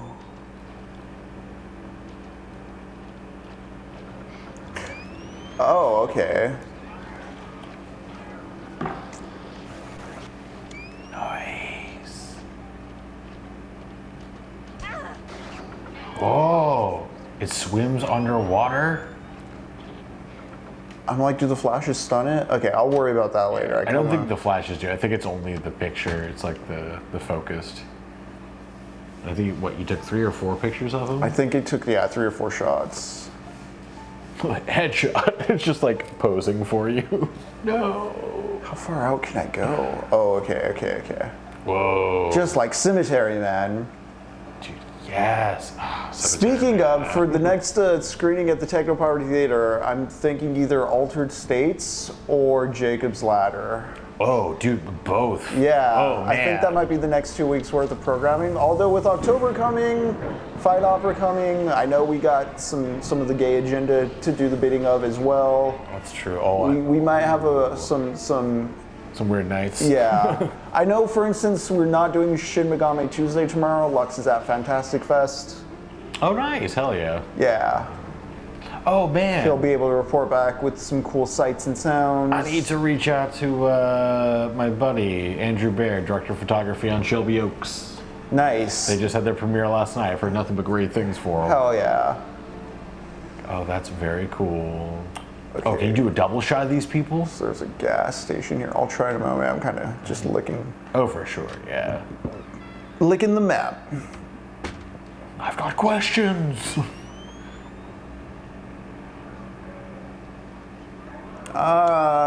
Fuck this. Yeah. I'm gonna lay the land. I'll be back for the actual demon fighting later. I actually forgot my wallet. Yeah. I gotta go back to that part. It looks like, Oh, what's in that phone booth? right. Yeah. Man, a phone booth, man. I wonder if my coworkers know what a phone booth is. I should Film, ask them. sure. That's what that was. It was a roll of film. Gorham right there. Ave. What? The road Gorham Ave.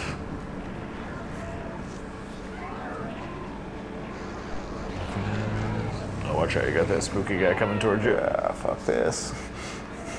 Line them up, see if you can take them both out with a picture.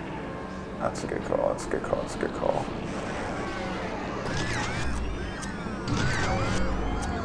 Okay. one per.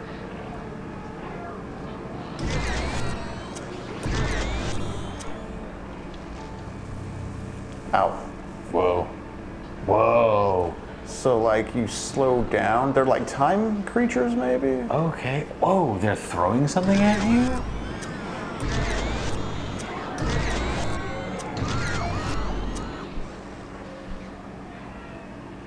I'm so confused. Is it like they have to be close enough to you? No, they just take a lot of photos, I think. Okay. Okay, They're just so super yeah. photogenic monsters. Okay, gotcha. Oh, hey, I'm a little hurt. I'm on caution. I was like, damn, try a cig. Oh, yeah, you're right. Quick, smoke 13 cigarettes.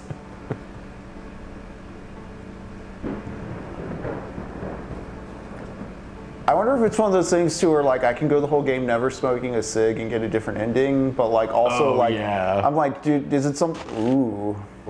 Okay. I do really like these load screens. Yeah. Like, oh, This place. a baseball dugout? Yeah, hell yes. After what happened, I'll never Something forget bad happened at a baseball field for her? Uh-oh. Oh, that sounds creepy, unfortunately. I do like that you can see them from so far away. Yeah, God, this reminds me of New Hampshire so much. Just like a baseball field hidden in the middle of the woods kind of thing. Great. Oh, hell yeah. Can you smack him with a wiffle ball bat?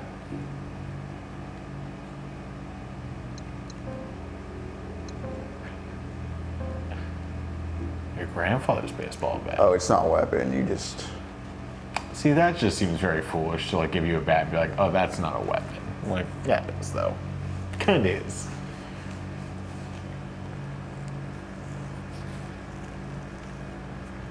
Woody Hamill's Mammal eating your king-size Reese's cup. Does the king-size Reese's cup come with the panties on there's a it? candle on the inside, but I can't reach it. It was a candle? Yeah, light for the picture, but Like, but what does it mean? anything shiny over there? Is there another exit? Oh, whoa. Oh. That probably opens when you light the candle or That's something. cool. Okay. What are those two ghosts doing? They're just walking. Right? But like, I don't want to disturb them, man. They're scary. I mean, absolutely, for sure. So I can go in the deli, I can go in my neighbor's house, I can go in my grandpa's / my house. Yep, I don't want to go to the baseball field because it makes me sad about a bad thing that happened. Love that angle. Yeah, I'm glad those guys are gone for good once you kill one, it seems. Yeah. Alma Road. Alma and Graham, okay.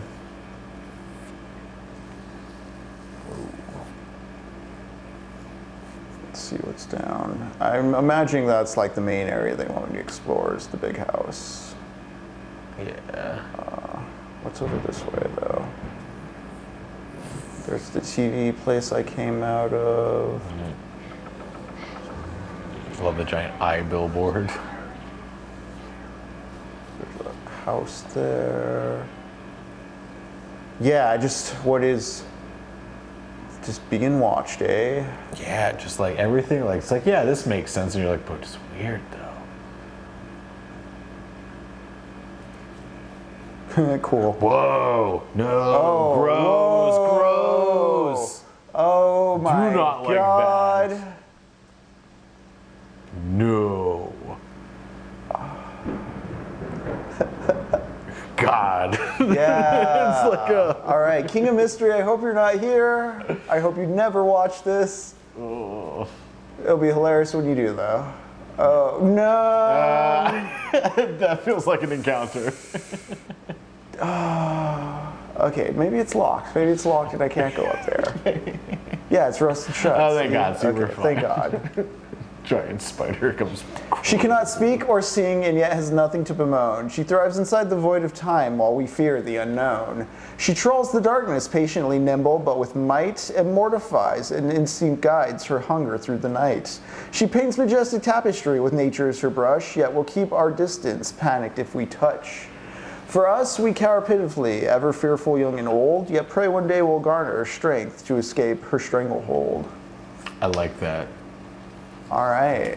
Like any ghost stories with rhymes. Yeah. Like instantly makes I it like better. there being like a little rhyme to. I assume the creature on the. I assume she's the what we saw on the overpass. You know. Yeah, right. Or her eye, maybe, or something. A little combo thereof. Man, where am I? Okay.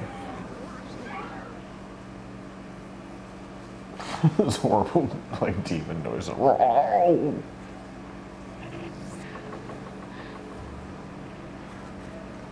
Okay, so scary giant spider. Oh, joy. Wait, to baseball. To baseball. The entire house is covered. Static. Yeah, it's like, wait a sec. It's kind of fun being able to see the instant replay and be like, wait, what happened? Holy shit! What? Whoa. Before it was a rose.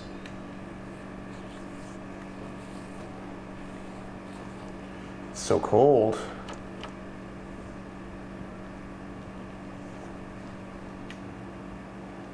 Cool. Yeah, great little Cool. detail on each door. Oh? Oh. Oh shit. Whoa, what? Okay. There's a lot to this map. Yeah, can you, what does the map look like? Actually, good call. Whoa. Whoa.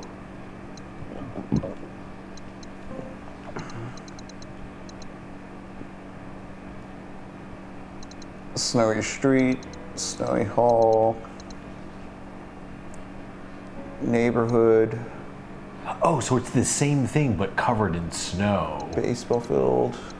Wait, is it or is this? No, it's like a snowy block. It's slightly different. Okay, so it's just this spot. Waterhouse, corner store.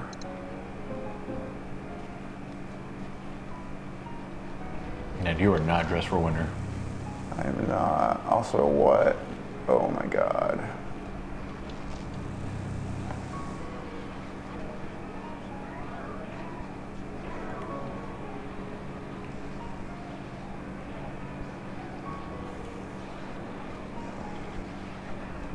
Huh.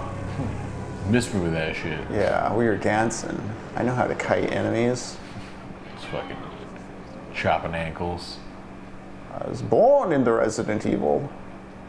Alright. We're gonna go back to normal world. Yeah. Snow world is scary. Like immediately spooky. I'm also just overwhelmed by the size of this thing. Right? I keep was not expecting to hit some kind of boundaries and then I can start sniffing inwards, but I'm like, oh no, like, Yeah, it's just open. it only looks like a PlayStation game. Yeah. I must remind myself that. This is not like a Tony Hawk's Pro Skater map or something where it's a very small confined space made to look a certain way. Like it is. It's a map. It is a wholly, like, it is a nightmare neighborhood, but it's a neighborhood. Dang. All right, I think we should start with the convenience store. Yeah, that did seem like a big spot. Noted. Just really quick, Siddhartha and Govinda meet the Buddha. They go find him. One day he's preaching.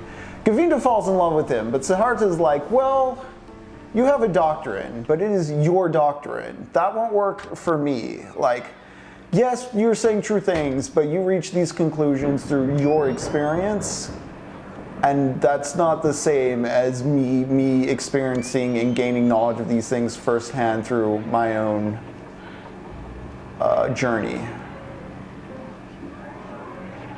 And so he parts with his friend. He leaves Govinda with the Buddha and decides to go his own way. He's no longer a samana, no longer a monk. He doesn't know what he is anymore. Ow, okay.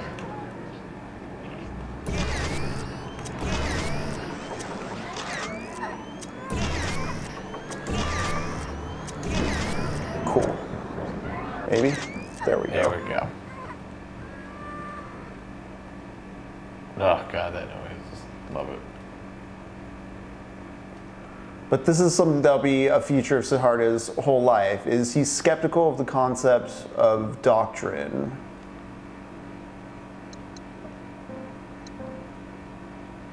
Okay, cool. I assume that's good, good. That's why we'd want to come here first, right? Yeah. Don't remember the last time I ate. But it's just crucial to also note that this is when Govinda and Siddhartha split ways. Govinda is no longer a little puppy dog following Siddhartha, but has decided on his own independently, like, you know, this is a different belief system than what Siddhartha has, but I find it true. I'm going to dedicate myself to it. And throughout the novel, there will be times where, you know, years pass and Govinda will come back into the story. But we're getting ahead of ourselves there. But Siddhartha realizes, you know, all this monk shit has been keeping him from really experiencing the world, and so he decides, I'm gonna get a little wet with it. I'm gonna dip my toes into the waters of life. I'm gonna experience things to the fullest. No more of this. What? He's going on Rumspringa, but yeah. All right, cut loose. How can I know things if I'm not experiencing things? And so I must throw myself to experience. Okay, let's go to the house. Yeah.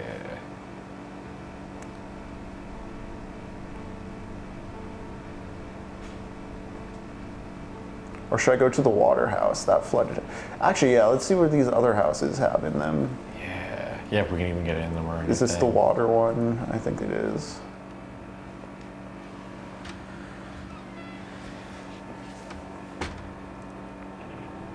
Yeah, okay.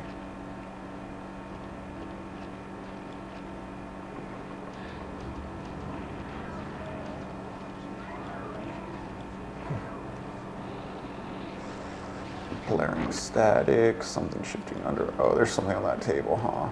Yeah.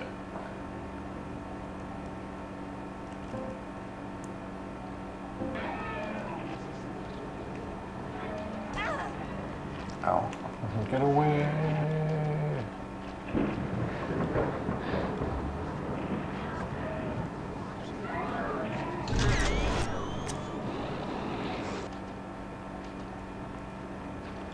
More film. Nice. Oh.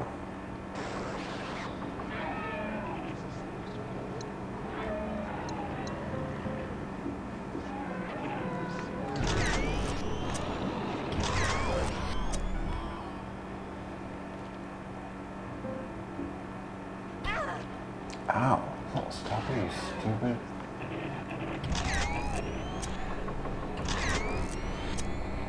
So red ones, I guess, are super strong.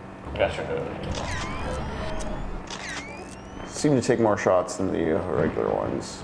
Yeah. But now I can explore this room. So that TV is no good. That door is no good. I think it's just that back door.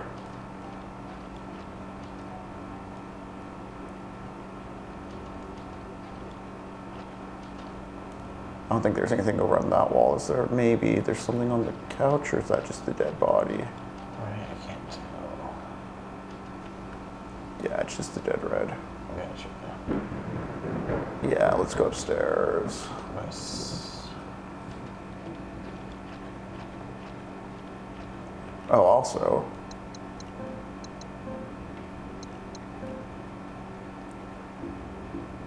I'm in pretty bad health, though. Huh. Whoa. That's a new kind of door. Is it gonna take me to the water streets? Oh, this is gonna be. Ooh. Cool.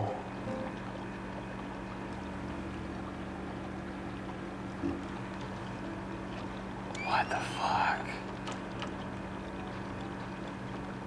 Are those faces in the wall? Yes. What the fuck? Do you think this one will be stuck? Probably, yeah. Cool, cool, cool.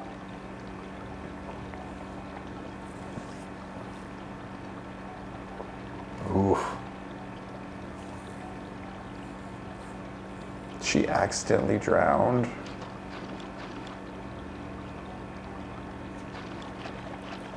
You know, she drowned with a razor blade in the tub.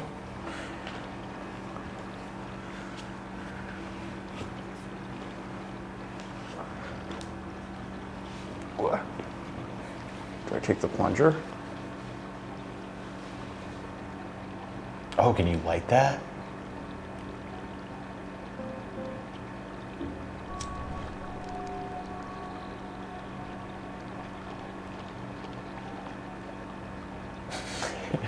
Just Okay. ghosts, all the ghosts are smoking cigs now. Like, hell yeah, nice. Because I gave him a light. All right. Yeah, exactly. They're just like, oh, thank God. We're just like, that's what they're always after you for, is just a nice quick light.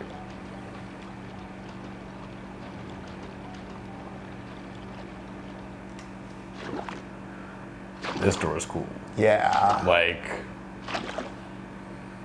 I will give them that. Whenever they first did the Resident Evil doors, I was like, okay, you're just going to keep redoing it. But the doors they've shown are very, very intricate and cool. I think we're good with this house. Right? Yeah, can we do any more doors, right? No, there's no other. I don't think so on the map. Yeah, right. Did it say anything? Yeah, it looks like the stack's all gone. From Okay, here. cool. I wonder if that melted some of the snow or some shit, you know?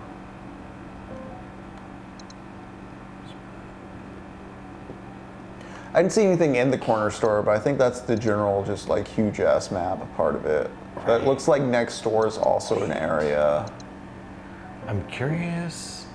You couldn't light that candle on the baseball field, right? Because it was No, the because cage I had the around cage it. over it, so I couldn't reach. Gotcha. Okay. But yeah, I was thinking similar as far as like, oh yeah, I have a lighter.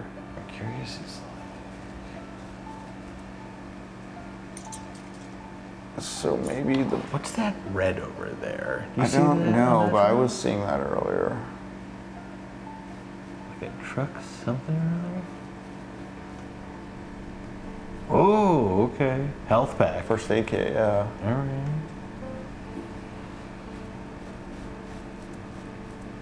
This map is huge. Yeah. Like, Yeah, there's open world video games that are bigger, but like the density and what this lends to the imagination as far as what you're going to have to explore. right? I was like, this. I'm just imagining, like, damn, if this thing's like this size, this thing could be the size of like Skyrim or like Elden Ring or something, and you just have like no idea. Right. Like, We just don't know okay. how deep down the hole it goes.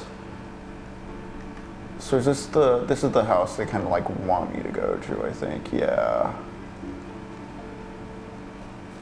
Said we still have stuff to do in the water house, right? So we'll do. But it's Well, I probably think the mostly if water you house, trigger it was something about else. getting in there and doing the candle, but like, Yeah. what is this house over here? Spooky.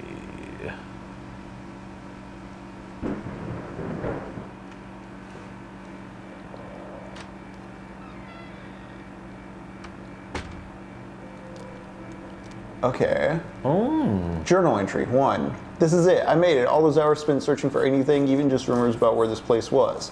But in the end, it's all worth it. I'm not leaving without answers. I still can't believe what she did to me, not even leaving a note. Were we all just supposed to move on and forget about her? I can't do that, and she would have known that. That's not who she raised me to be. Now that I'm finally here, I'll get my answers, my closure. Here I come, Mom. Doesn't make Interesting. sense. Is this the same room as in that house? That's exactly what I was thinking. Wait, what? It's the same. That's the same computer room as in the house earlier, on the other side of the portal. Oh, yeah, at the home. Yeah. Like. Oh, interesting. Let me see something really quick.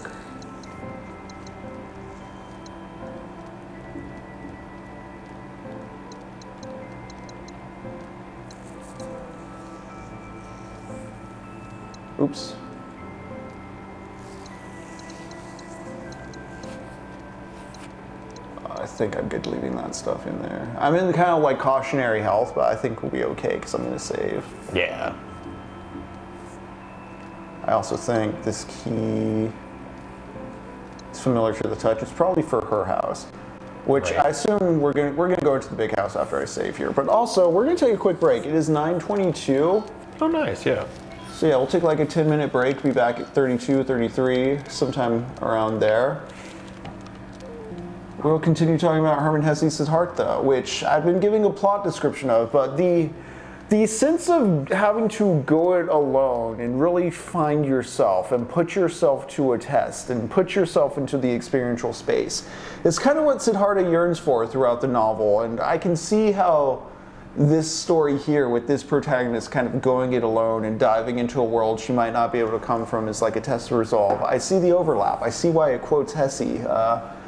It feels very somber, morose, but I'm kind of curious. I'm kind of curious how the emotional timbre of this game is going to shift as we get scared, and I don't know. Maybe we'll tear up at the end. We'll see. We will see. I'm really liking what I'm seeing so far, though. Yeah, the story has alluded to just enough to keep me curious, and again, we haven't really fought things, and yet here we are enjoying ourselves. But yeah, let's take a quick break, and we'll see you all in a bit. Here we go. He looked around as if seeing the world for the first time. How beautiful it was, how colorful, how strange and mysterious. Here was blue, here was yellow, here was green. Sky and river were flowing. Forest and mountains stood fixed. Everything was beautiful, everything mysterious and magical, and in the midst of all this was he, Siddhartha, in the moment of his awakening, on the path to himself. All these things, all this yellow and blue, river and forest, passed through Siddhartha's eye and entered him for the first time. They were no longer the illusions of Mara, no longer the veil of Maya, no longer the meaningless random multiplicity of the world, contemptible to any deep thinker among Brahmins, any thinker who scoffed at multiplicity and sought oneness. Blue was blue, river was river, and even if the one, the divine, lay hidden in the blue and the river within Siddhartha, it was still the nature and the intention of divine to be yellow here, blue here, sky over there, forest there, and here, Siddhartha. Meaning and being did not lie somewhere behind things. They lay within them, within everything. That's from Hermann Hesse's Siddhartha, which we are reading as we play through the video game Heartworm from 2025. Hello, welcome back to Technopoverty. I'm Henry. I'm Jacob. Jacob, I've been... went back to the break screen. I meant to pull up the game screen. There we go. I'm not being present. I'm not focusing. I'm not taking inventory of the moment in the right ways. I need to pay better attention, be more mindful. I will do so. But yeah, what Siddhartha was describing there reminds me of when we were talking about Ursula K. Le Guin's The Left Hand of Darkness, the presence over progress of that alien society. I think what really, I guess, struck a chord with people about Siddhartha upon coming out was it talking about this very idea, this presence over progress. That passage I just read is when after he has met with the Buddha and he has split ways with his friend Govinda and decided the monk shit's not working for him. Like, he's only holding himself at a distance from life. How can he experience things and really learn and know if he's not participating? And so he stops trying to have this pretension of like the veil of Maya, of like there being some secret, deeper truth to the world and what it's presenting, and just accept it for what it is there on its face value and enjoy that. Hell yeah. Could you actually tilt that a bit this way? Captain Quasar, right before the... Okay, I already read that journal entry. The whole smoking thing, I'm very curious about. Yeah, Captain Quasar, right before we went to break, had asked, I'm always interested in like wealthy Europeans and Westerners turning towards Buddhism, either in actual practice or just some superficial belief. Kind of funny that the Buddha was a rich guy that renounced it all. Wonder how much prosperity makes people lean towards it. Yeah, this is something I'd like to talk about. Well, right now is the perfect time, because when Siddhartha decides to participate in the world, he throws himself into the world of love and commerce, and he becomes wealthy and rich. and he also loses it all down the line, but win or loss, he kind of copes with it because he lived as a monk. He's lived, as he puts it, he learned how to think, he learned how to fast, and he learned how to be patient. And so, unlike the rich he dwells with, he can take a loss. He can laugh off, losing a major sum of money. It's a sort of detaches in that allows him to be very successful in the business world. And these are some of the sections when I talk about this book being misread or like business bros taking the wrong things out of it. These are some of the sections I'm thinking of.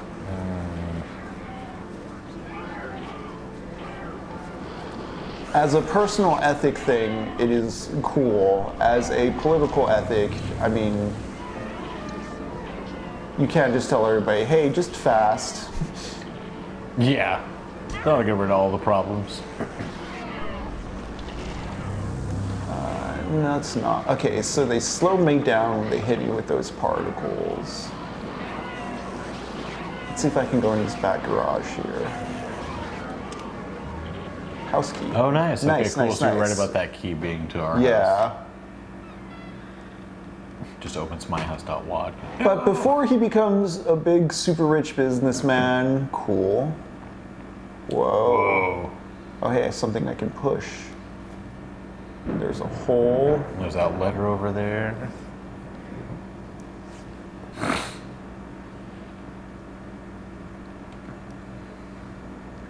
Some sort of puzzle. Okay.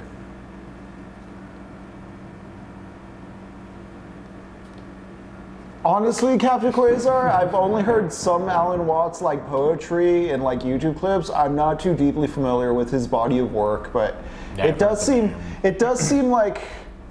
So Hesse, especially the intro to this copy of Siddhartha I have, brings up Camus and Sartre, which I find interesting that we talked about them as part of our previous program. I'm not really expecting shit to line up. Obituary. I wasn't expecting shit to line up as well as it had, but Hesse as like an antidote at the time to kind of like the nihilism or the existentialism of Camus or Sartre, although I think they're both inspiring in their own ways, at least Camus. Sartre I've only really read an essay and a play, which I both really liked. I don't know what his overall tone is. But I don't know, Hesse, I say it's almost Nietzschean how he calls for a sort of reconstruction of self and a will to power. But it's not like it's not obsessed with power. It's like a will to self, but also like there's that Buddhist sense of selflessness or of being like one of many or one with everything. It's just understanding of like being in the moment or conquering the moment, but not in that, like I think of Nietzschean shit is like more like, well, the Nazis loved Nietzsche for a reason. Although Nietzsche, I had his disagreements with him, I don't think. Anyways, let's read this obituary. JR, age 68, beloved husband, father, and grandfather, died unexpectedly Sunday, June 25th, 1994. JR was born in the Bronx and lived in Bridgeport for 63 years. He retired in 1991 from a long engineering career at Birkin Palmer Corps. After retiring, he spent his idle time at beloved Platte St. Deli. I said Saint as well. Yep. Yeah. He loved baseball, playing for the Birkin Palmer Diehards and coaching North End Little League from 1978 to 1985. JR was also a member of the chess club at Sacred Heart University. So this is her father or grandfather? Many remember him as instrumental in the support and preservation of an underrepresented community and neighborhood, one where he and his late wife Joan raised a loving family. Okay. He is survived by 3 loving, devoted sons, 5 cherished grandchildren, and several nieces and nephews. Funeral services will be held Thursday. The rest is torn off and missing. Joan, though, not Rose, so I'm kind of curious about the differences here. Okay. Right. What up, Mask for Mask? Yeah, Quasar. It's wild how Buddhist philosophy influenced so much shit. Like, apparently Julius Evola didn't kill himself because of some passages he read from the Buddha. Yeah, Captain Quasar. Some of the Umberto Eco stuff in Fascism that we didn't read, the stuff that's not the 12 points, where he talks a bit about Evola, and the syncretism of fascism, like the ability to hold contradiction. What are we doing here?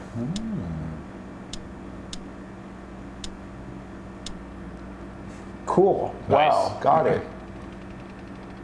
Can you imagine having to Mask for mask, how you doing tonight? having to like flip electrical switches for your wooden staircase to come down? Fuck, alright. Camera Ooh, bag. does that mean you have more space? No, it took up an item slot. Examine.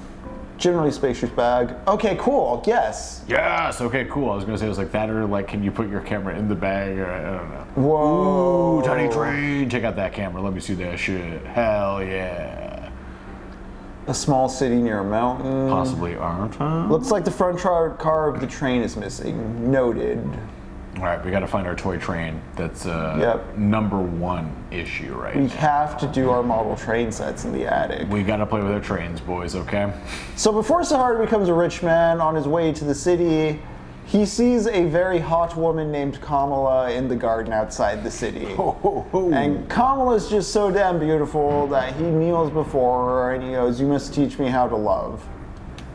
And she's like, "You're a fucking beggar. Get out of my face." And he's like, "Well, what if I get like clothes and my hair and money and all that? Will you pay attention to me?" And she's like, "If you do these things, I'll teach you." Oh shit. Oh, mask for mask. I know. Jewish New Year. Lashana Thova. Sounds fun. What is happening? A buried TV. Oh. It's painting the sky. Okay, I can't pick up that briefcase. That's just the thing. Can you take a picture of the TV? Well, I want to get away from this monster. That's true. Fuck. Okay. Whoa. Whoa. Okay. Whoa, what are you doing there, feller? Let's simmer down there, feller. Okay. Let's, I guess, enter the house. I'm just like, from which way do we want to enter the house? Look at this model. This is so good. Right? Whoa. Oh no.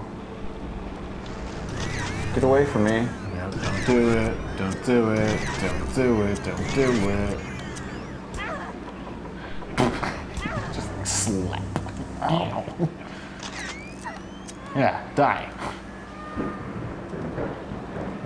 Dang it. Fuck. Fuck. That's not good.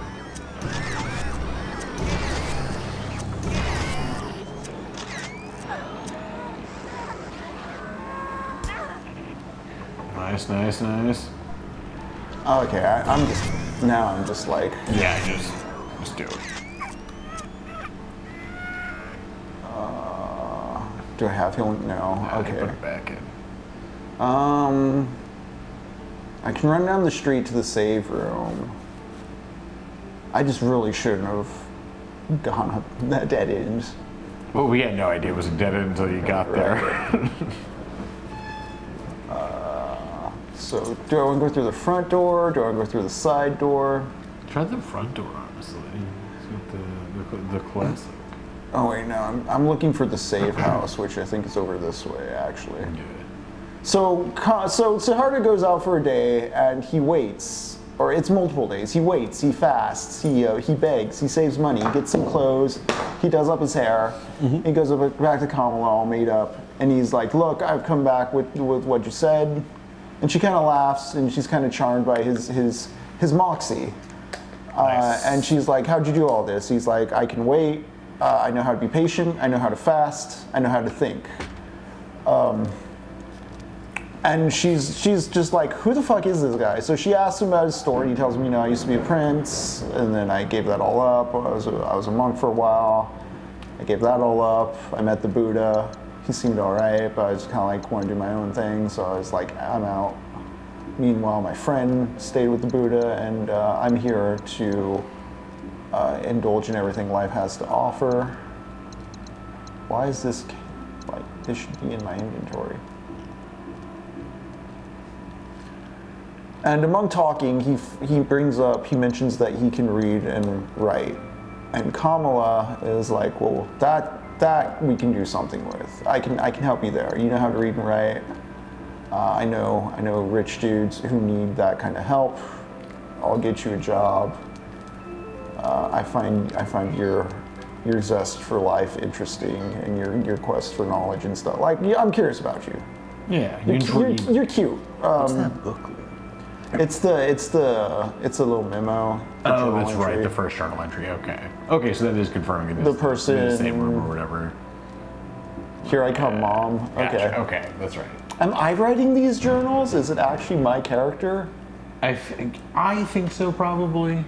Maybe. And you know, Siddhartha is a handsome fellow, so Carmilla is happy to teach him how to love. And he's also a clever fellow, and he meets a businessman. I didn't go into that apartment complex over there. I'm kind of curious to do that. Oh yeah, these big buildings.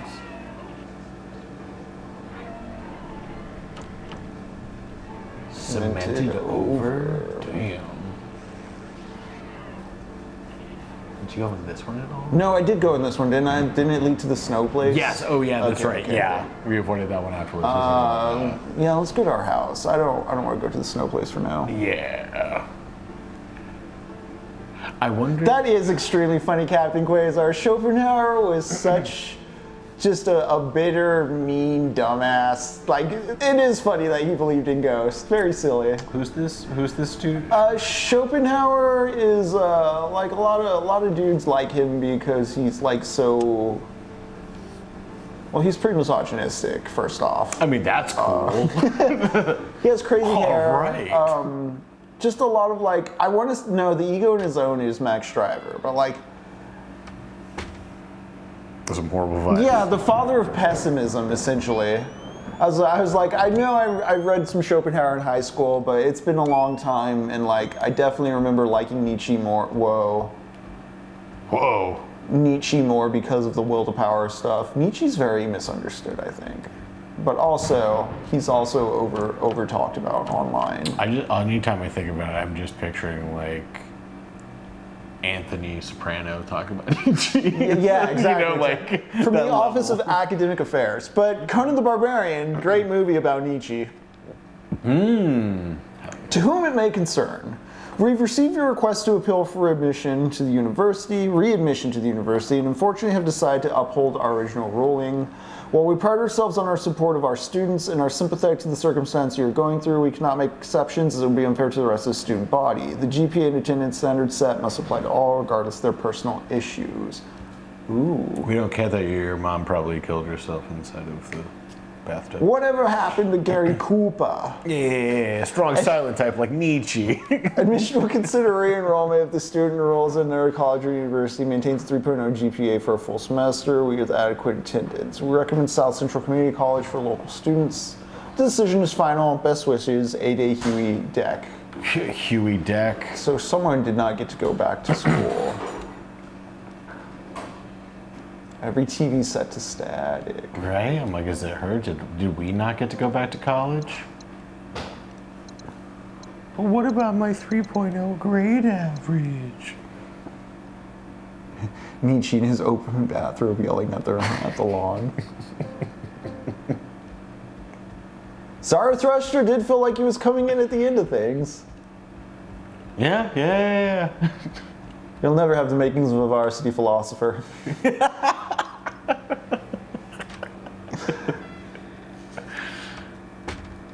Oh, God. Oh, boy. Whoa.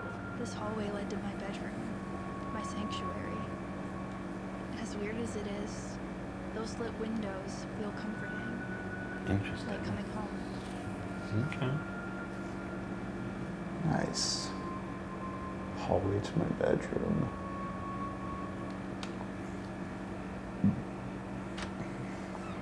Pascal when he sees the Uncle Ben logo. Still Nietzsche. Still Nietzsche, yeah. Oh, awesome. The bedroom.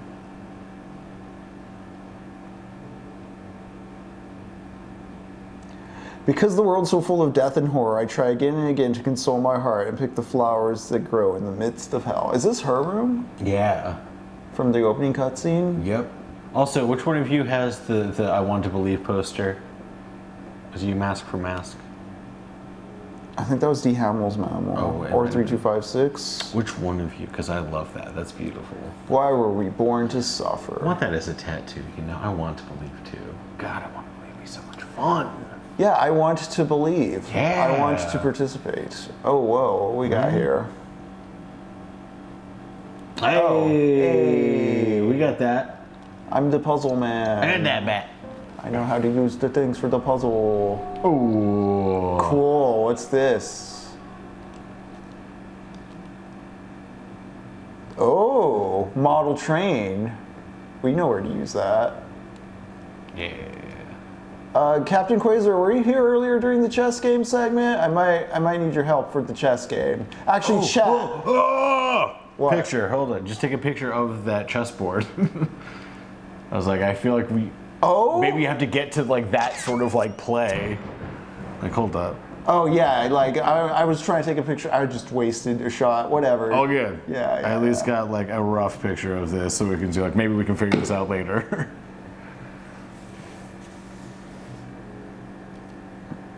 How do you feel about philosophy being taught in public schools? I think should be required. How many tech dudes per? No, yeah, philosophy does need to be taught in public schools. I do think. Yeah, I was never taught anything close to philosophy stuff. The only philosophy I got was like when I was brought to church. Yeah, the bishop. Yeah, okay, is this just a chess guide? Yeah.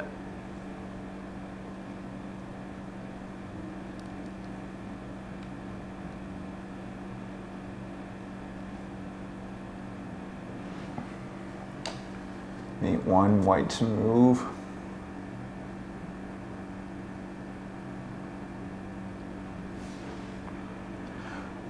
So Captain Quasar, in an earlier like hub area, there's a chess game from scratch. Like it's from start. You're playing chess against the computer, and I was just trying to like win against it. I don't know if I need to do a specific type of win, but we can go back there later. Yeah. Although it's in a place, yeah, you're white when you do it. Yep. It's in a place I can't access right now because I'm in this weird memory world. Yeah, like I just feel like that has something to do with this later. Same. That's great.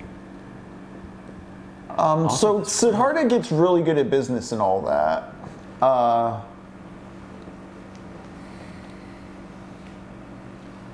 But he doesn't become one of what he calls the child people. He's still holding that distance. He doesn't have the kind of passion that will lead him to get angry at a loss. His heart's not fully in it. He's always willing to like gamble and lose and just kind of go with the flow. He's not part of the game of Sinara. There's Sansara and there's Nirvana. Yeah, Siddhartha on that grind making that bread.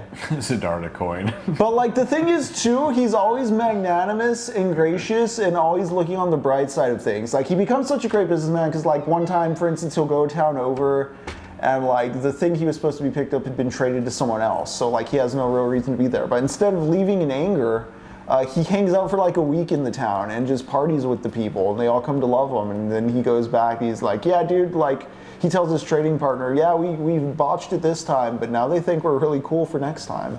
Mm-hmm. And they definitely won't accidentally sell it to somebody else. We'll have a great time. We're going to do the train stuff. Is there nothing else here? Okay.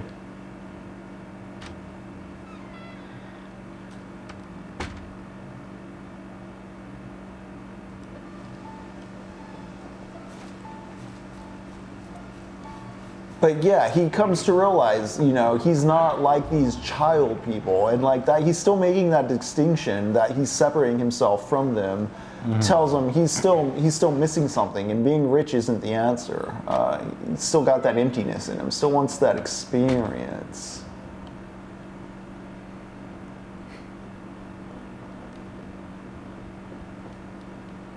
And so he just walks out of town. Dude, the fuck out of it. It was like, yeah. And he's been like hanging with Carmilla. Like they have sex and just kind of confide in one another because they both feel detached from the actual like rich people of the world because they're both like, street rats that kind of struck their way up to the top. Fuck you. And he doesn't realize when he leaves that she's pregnant. But she doesn't like go after him or anything, but she also leaves town. Like they both kind of realize like, it's time to go. It's run its course. Run its course. And this is again one of those parts There's a whole subplot with Siddhartha's son that I feel like some boomers can take and run with as like very deadbeat dad. To a standard padlock, that might be for the baseball field. Yeah. Oh, yes. Yeah. I went through the front door of the house, but not the back door of the house. Yeah. Is it Prince Henry who left? Is he the new Buddha? Stuck in won't bulge. Okay. Yeah, what the fuck is going on in this backyard? We're starting our own camp. Oh, okay. There you go. Everyone just got that in stereo. Did I have another med pack in the save room? I don't remember. Yeah, there were two of them. Okay. You used one, but yeah, you left one at the save room.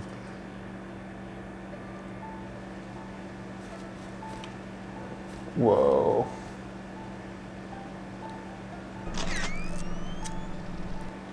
Oh, cool. David Goggins Buddha, instead of running, he just sat under a tree. Oop, don't like that. Don't like those noises. I can just run past it. That's good. These doors. Playing enough Resident Evil gets you in the mindset of dodging things. Playing Silent Hill makes you realize you can just walk through a lot of enemies. Yeah. Silent Hill 2 is a walking simulator. A really good one. But that's part of the psychology of the game. That is part of an intent of the design. That is not a weakness of the game. All right, what am I doing with this picture? Oops.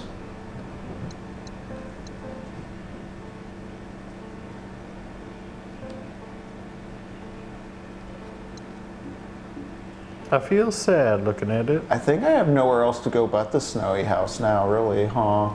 Yeah, do you... Oh, that's right, because that door, we just don't like that other one. Oh, the safe room's still staticky, it looks like? Yeah, but like, what else do you do in the safe room? This map is so confusing to me. The garage still has something, the old house, void hall, my Your bedroom. Candle I lit, neighborhood, candle I haven't lit.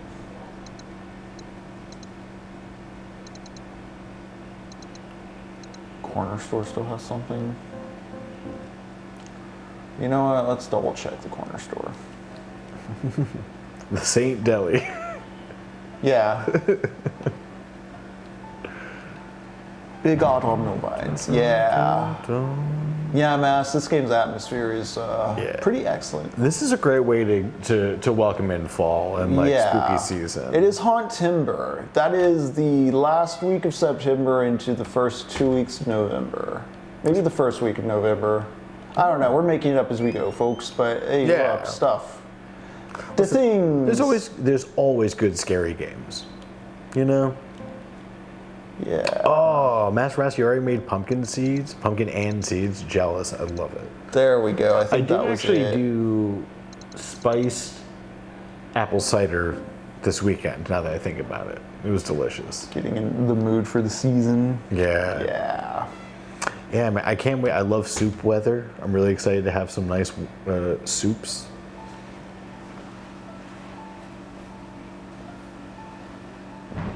Captain Quasar interested in Hinduism, to be honest. Like, I think it's got a lot more interesting mythos and belief system than Buddhism. I only know a little bit about it. I worked on a couple Bollywood films. Place got robbed. Whoa. Whoa. I'm just like, Oh, Master Mash, you carved a pumpkin and made it into a bubbler? That's awesome. Need that. all right, let's go to the snow world. Captain Quasar, do you do any meditation? I'm only asking just because I just recently listened to David Lynch read his book about transcendental meditation. And it's something that, like, I really don't hear a lot of people bring up. I was curious how many people are out there. And for anyone else out there.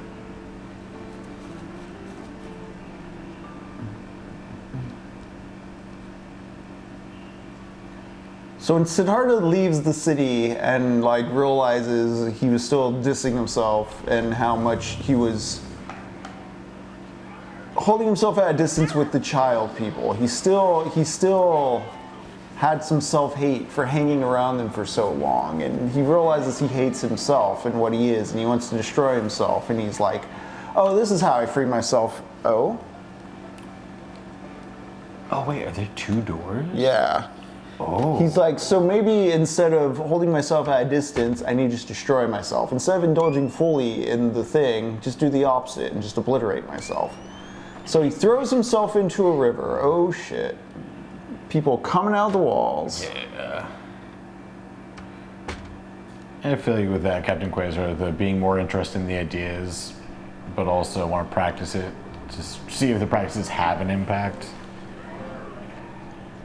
I have that with the process of filmmaking things. I really like the process of making things that I always forget sometimes, or sometimes forget you need stories to create the things, because I just love the practicality of doing a thing.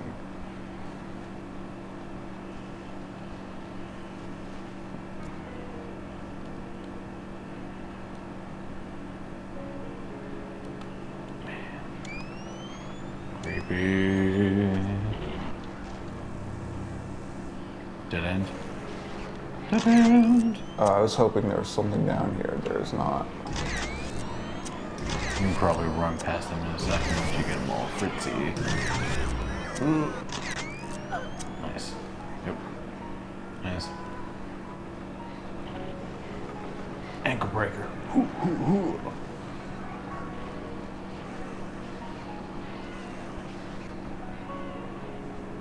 Oh. Whoa. Oh, okay. Damn.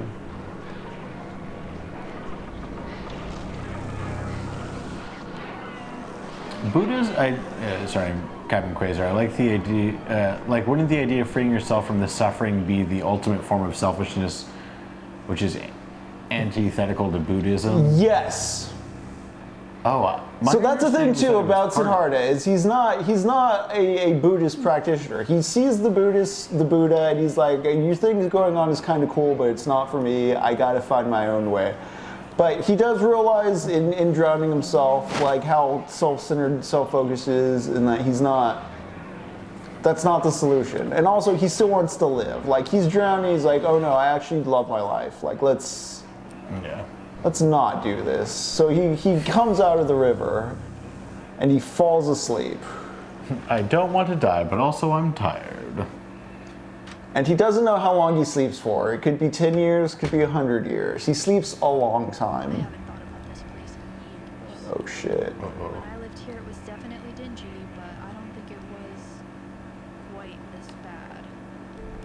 Although I wasn't paying too much attention back then. The divorce was distracting all of us. The divorce. Scary.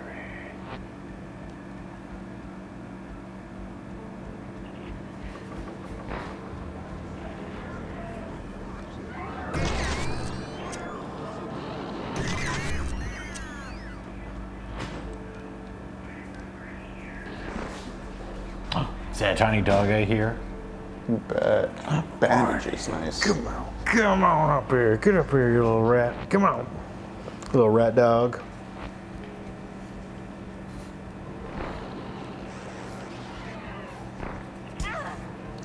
Oh, Mask for Mask is at 6 p.m. or did I nap till 6 a.m.? It's November, New England, and I cannot tell.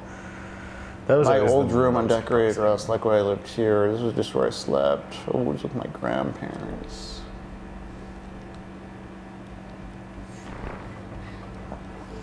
Interesting.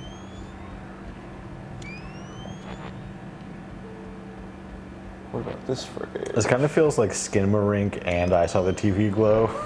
A bit, yeah. Like, Skinamarink. yeah. My fellow Americans. Skinamarink. And Skinamarink. Up in Skinamarink, help me.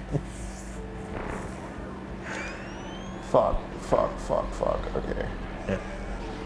Into that hole. Nothing like here. Two here. Is this another hole? Is this a different hole?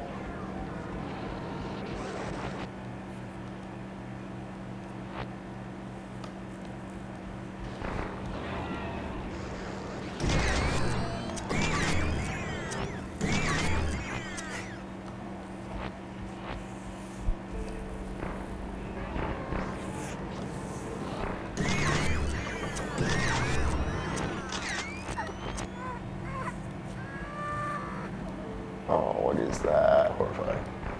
Okay, this is where I came from. Yeah. Uh-oh. Oh, you have to wait until they like, come back together.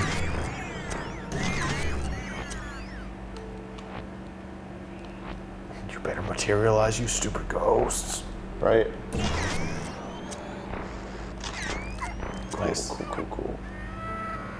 Okay, so that's just their dying noise. Yeah.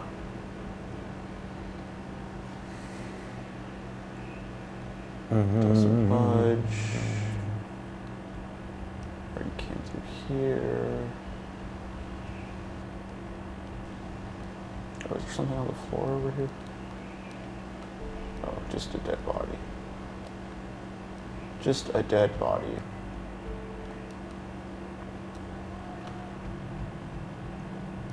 Another thing that I think saves Siddhartha as a work is it is not like naive about what it's trying to say, and it is critical in some ways of what it could be saying. It's just, I don't know, maybe it's bullshit.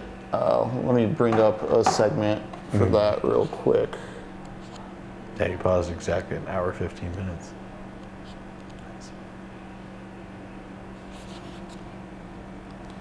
Hour 15 exactly. Yeah.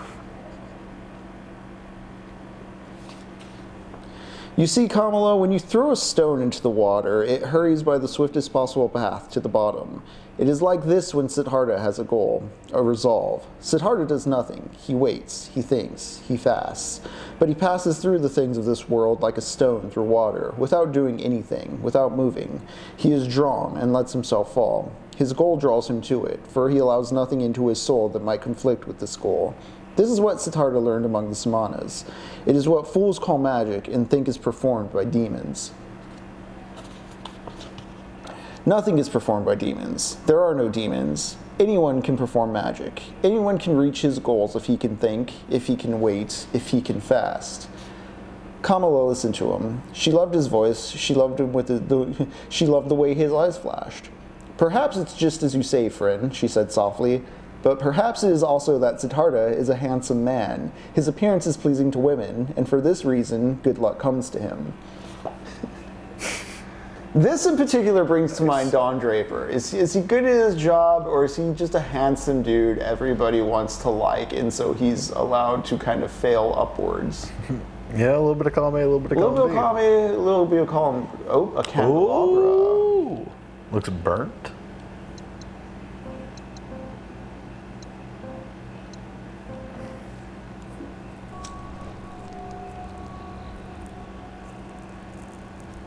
Something real changed, but not here.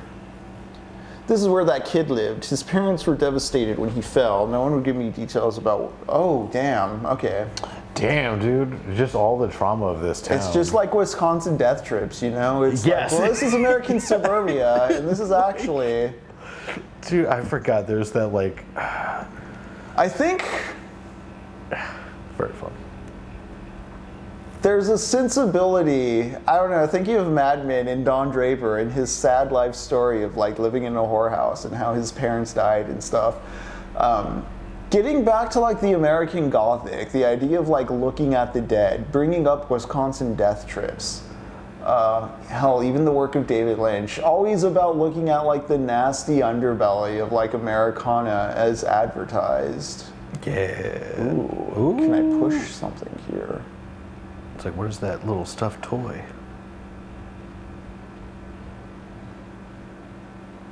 I do like that I'm kind of just, oh yeah, a kid died in this house, somebody died in this house. What the fuck? Okay, what? I'm so confused. Some sort of collectible? Yeah, what? God.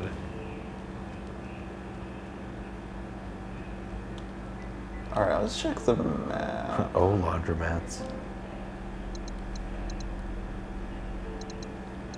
I think we just pretty much have to light those candles. Gotcha. Oh, gotcha, yeah, we're probably just Wait, why finding is different that one candles. green and that one red? Didn't I light them both? And that one's in red. What? Yeah, what?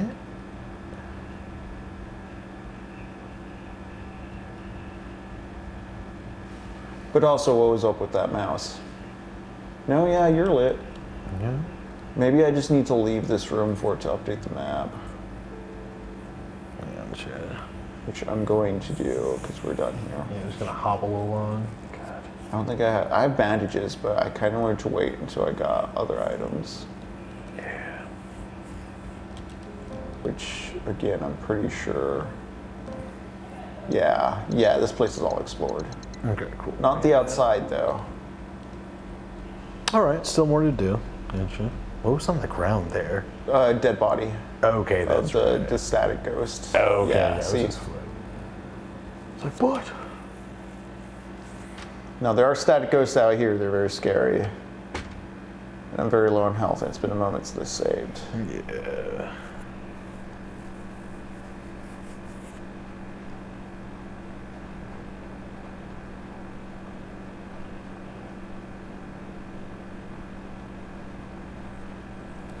Is there anything out this way? Ooh, health. Health, yeah.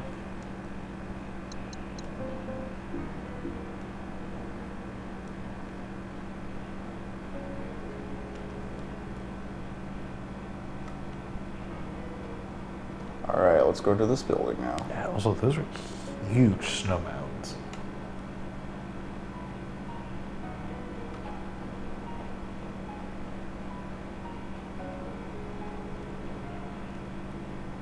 Yeah, this looks like a little Greek restaurant in my own hometown. Oh, hey. Oh.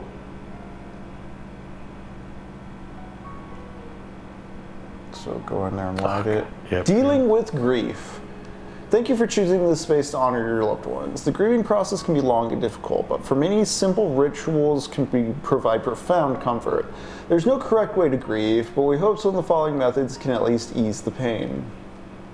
Lighting a candle in a dedicated memorial space. Candles have symbolized hope, healing, and remembrance in many cultures for centuries. This can be a beautiful and tangible way to honor your loved one's memory. The soft glow of a warm flame can remind us of the enduring light of their presence in our hearts. The rest of Hamlet's legible. I may need to light the baseball-filled candle, because you see how the other two are already lit there? Yeah. I remember coming out here for an air after the funeral. It was strange watching people console my family from outside. What they could just make it better? Nothing. Right. I wonder, like, do we have to kill those ghosts that are Oh my over God. near there? Go away. I hope you get to see the pictures you take later. Or they do something. It's locked, but I'd sneak keyhole anywhere. Yeah, I probably have to go light that baseball field candle. So let's figure out how to get into the baseball field. Yeah. I'm sorry, Barney. Okay, I think we've explored this area. No?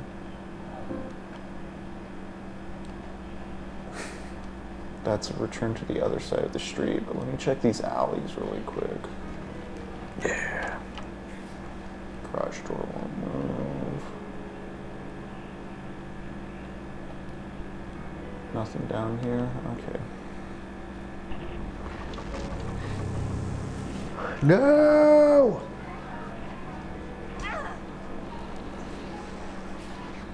Dirty son of a bitch. And there's nothing down here, right? Nope. I'm just gonna use this as an opportunity to get this boy.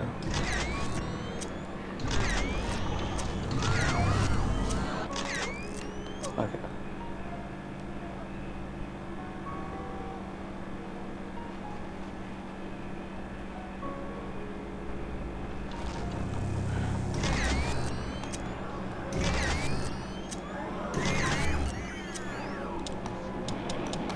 Oh boy. No! Okay.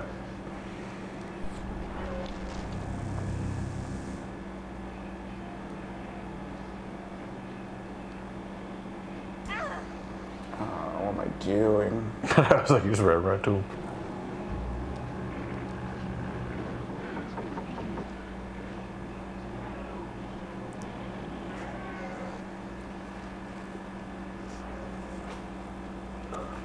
All right, let's figure out how to light that baseball field candle. Yeah.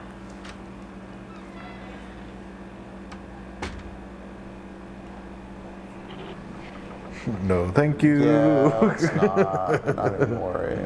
Not gonna deal with that.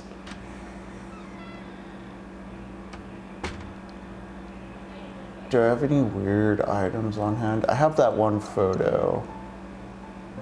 Garden photo. Sad about the garden. Maybe there's still something at the house I need to do.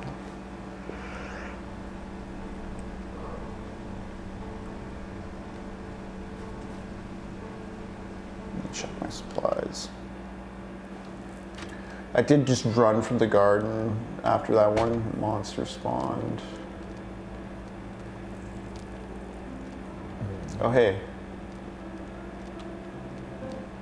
Just when I needed it. Nice.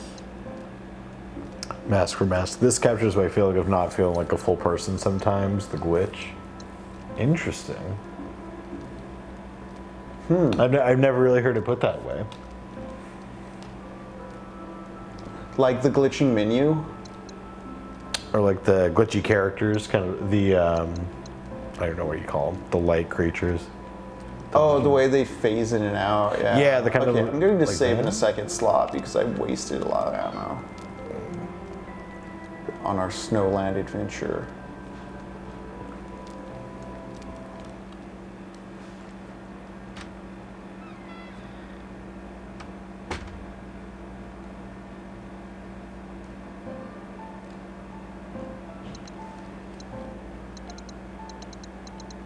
Yeah, there's something over there. Something in my bedroom, something in the old house, something in the water house.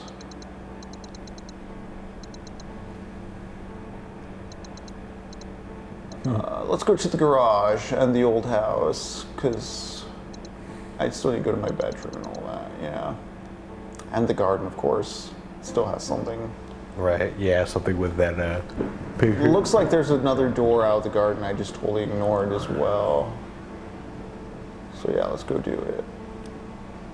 Was the garden attached to your house? Yeah. Okay.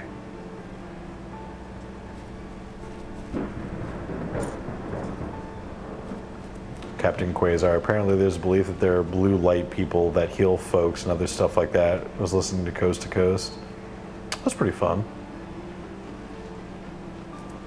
Art Bell, what a man. Truly, I loved Art Bell. So after waking up from, trying to drown himself in the river, Siddhartha sees a Buddhist monk across from him. It's his friend Govinda after all these years. And Govinda doesn't recognize him. But Govinda just says, oh, I was with my monk friends. We noticed you sleeping here. I said I'd wait here to watch over you, make sure you wake up.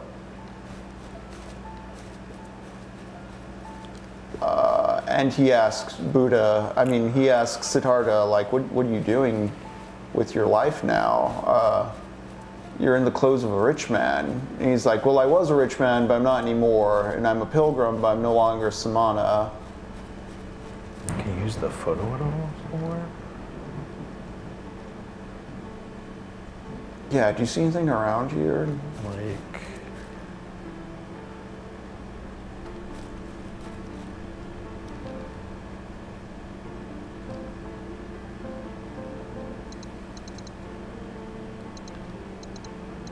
Okay, it's not the garden, it's the water house. It's the garage and the other upstairs area that still has Okay, stuff. so we've already... This one's good.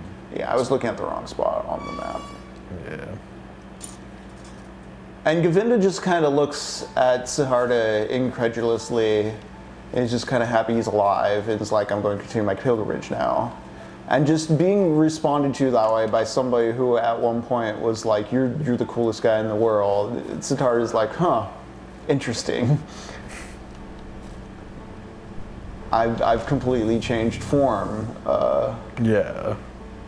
I am not what I once was. Yeah.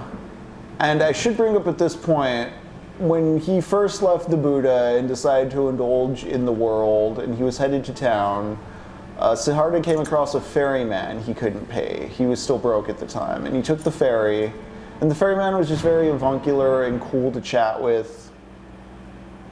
He just seemed like a wise dude. And when Siddhartha was like, thanks for helping me cross the river, I can't pay you, he's like, yeah, my friendship's your payment. Like, you were good company. Thanks for the hangs.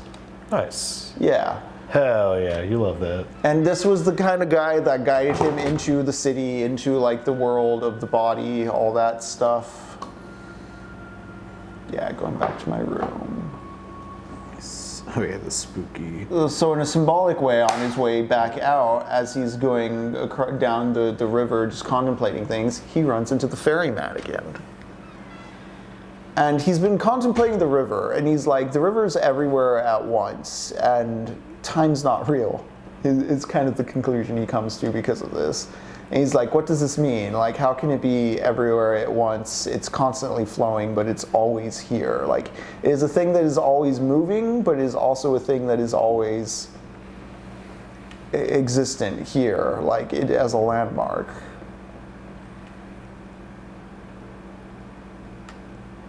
And so he wants to learn the secret of the river. Okay. Oh yeah, what was the? So I can interact with the thing. Yeah, right, what was the goal for it? Mate in one white to move.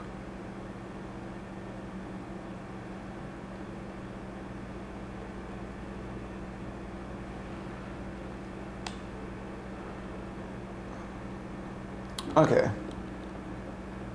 This is easier.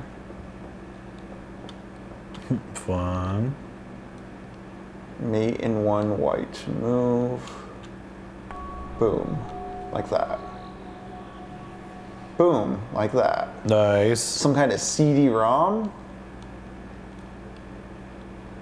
The burst mod. Oh, cool.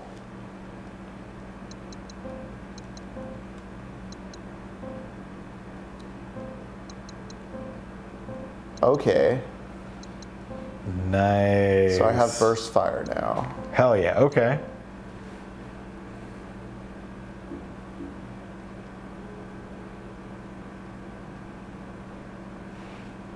Yeah, Captain Quasar, I agree. That's why I think the humanities and like imaginative thinking and metaphorical thinking are important to complement like scientific inquiry. Or else you just get people like fucking Sam Altman, the OpenAI guy. That's the OpenAI guy, right? Just be like, I think we reconstituted knowledge. It's like, well, you're just very shittily regurgitating Descartes, who said all this shit in the 1600s. We need people who like Guys, I think if I think, think, therefore I am, and I think that's a new thought. You should give me billions in government contracts and all your private info so that I can feed it to my machine. God.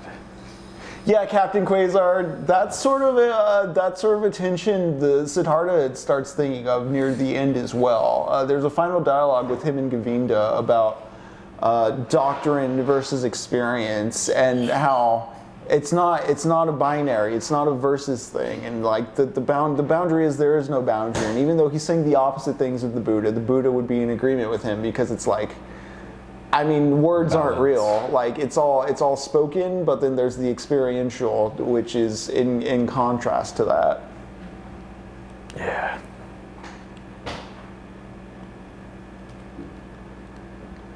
But he hangs with the ferryman, and he learns to become a very good ferryman, and he contemplates the river. And him and the ferryman become known as like very wise people by all the travelers that come by them, because they're such good people to talk to. And something he learns about the ferryman is the ferryman's like a good listener. Like he listens without judgment, and he just observes, and he allows people to spill everything out, and they feel like relieved or calmed or like at peace in a confessional style. And so he really learns to listen and observe, and the metaphor is that he's able to like look at the river and just meditate on it and remain silent and just think on things. Can you take pictures in this room? Oh hell. It was glowing on the map right now, I noticed. So not Yeah, I was just about to say, I was like, why was that? But I'm like, Is there something like the squirrel? What was that squirrel? can you look up real quick? I want to see where all these wires are going. Oh, they're just going into the clouds. Yeah. Yeah, I don't know what is up with that, like squirrel or opossum or whatever that thing was. Like, something for sure.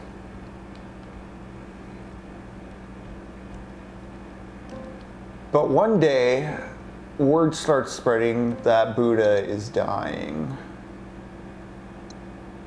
Okay, no, it's not staticky, and neither is my... Oh, I see, yeah. Hold It on a was a second. minute ago. The garage is staticky, though, and the water house is staticky, so I'm gonna go lick those corners.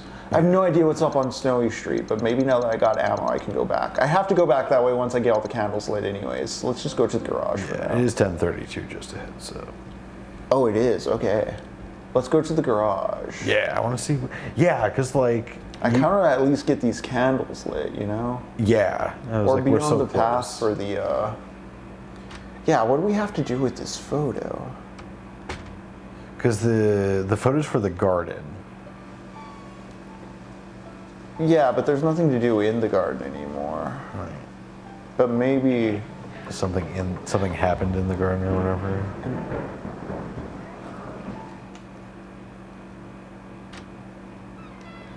Was there anything else to do with the train set?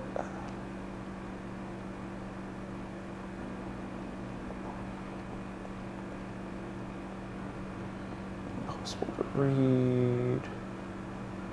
Oh. No, that's what I initially pushed to get to the that's circuit right. breaker box.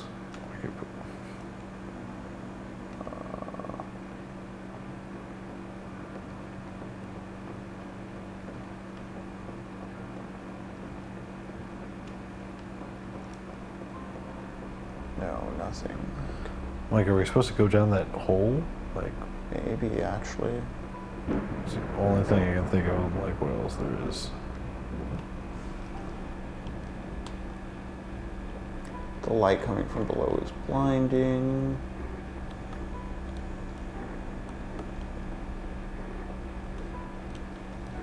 Obituary, okay. Or maybe not, because it's now clean.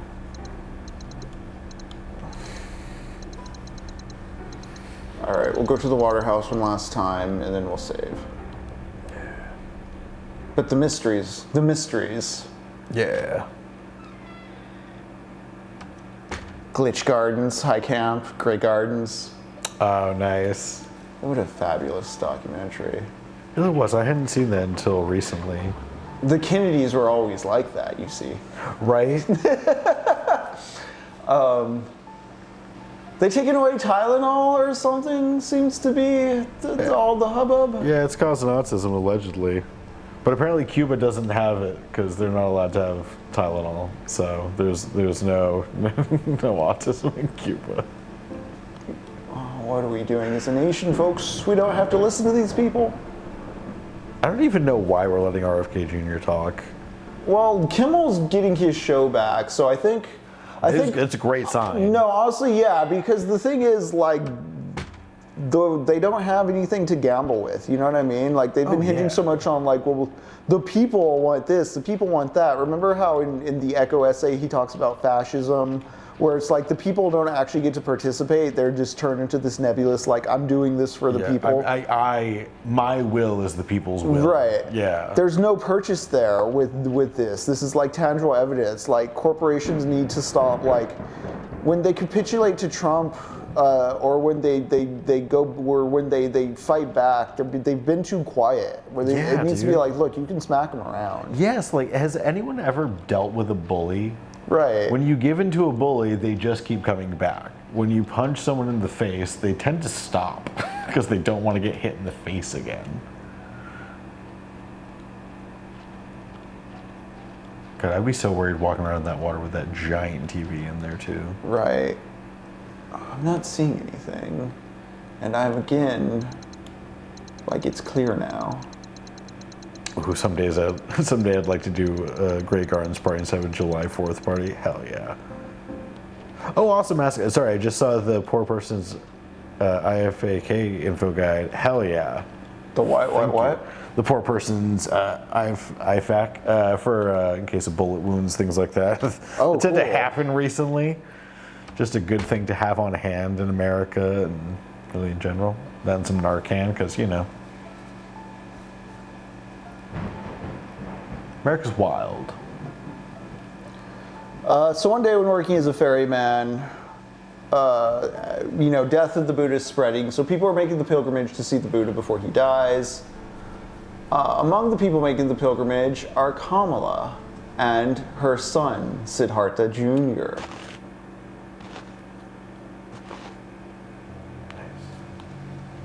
And actually, this might be a good place to stop, both for the night and with Siddhartha for now. We can talk about his son next time and the last third of the book or so. But first, so there's this cage. Let's try to let this thing on fire. Can't reach it through the bars. But where do those chains go to? Don't need to use this right now. Can't use this right now.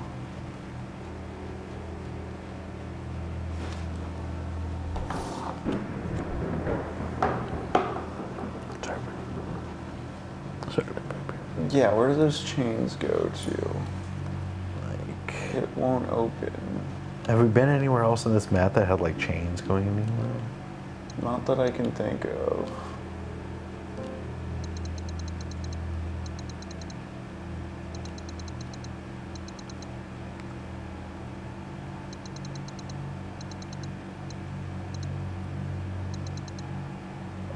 Where could we use that photo, you know? Right, is there like a scrapbook we can fit it in somewhere? Is there like a frame?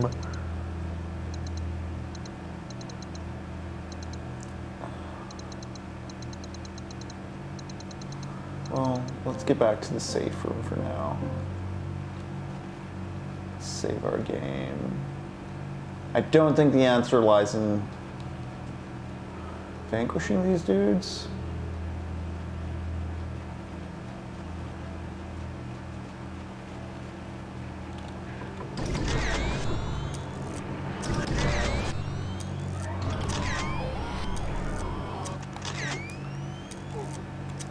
Hell yeah. I have 8 shots left. I don't know if it's going to do in the red guy, but let's see. Gotcha. Smile.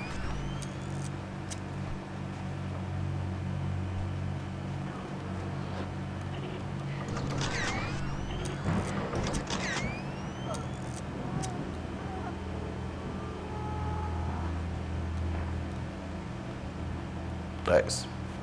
I mean, it cleared the area, Yeah. but Can you look up with a camera to see where it just goes into the sky, it looks like.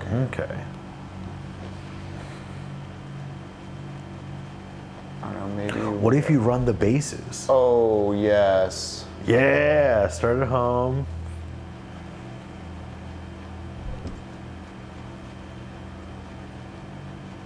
Smart. Yeah, boom. I think I gotta do first, second, third. So boom. That's such a cool lighting effect. Boom. Oh, thank you, camera. Getting real dynamic here. Yeah. Yeah. Oh yeah. Cool, cool, cool. Nice. I was overthinking it.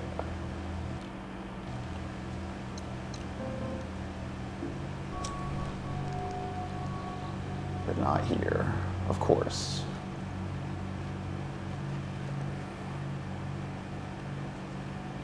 That one door's still locked, right? I don't know, maybe. This one. Yeah, it looks closed, but maybe it might be unlocked. It won't open. Damn. Okay. Just remember that for later. But I think Yeah, we've for now. pretty much licked this map, aside from we have to go back to the snow place and open the 3-candle door. But I think this is a Yeah. good stopping place for tonight. So let's get to the save room, Nice. save. And yeah, we'll talk more Siddhartha, play more Heartworm on Thursday. As a reminder, there's no Shin Megami Tuesday this week. And when Lux returns, we may be playing Mouthwashing. We'll see. We will see. As HAUNTEMBER continues, we're going to be playing some more horror games. We're going to be playing stuff with vampires. We're going to be playing stuff with zombies. It's going to be spooky time. Yeah, I have some ideas. I know, Jacob, you've been talking about Cultic, so we might throw some of that on as well. It's looking real fun.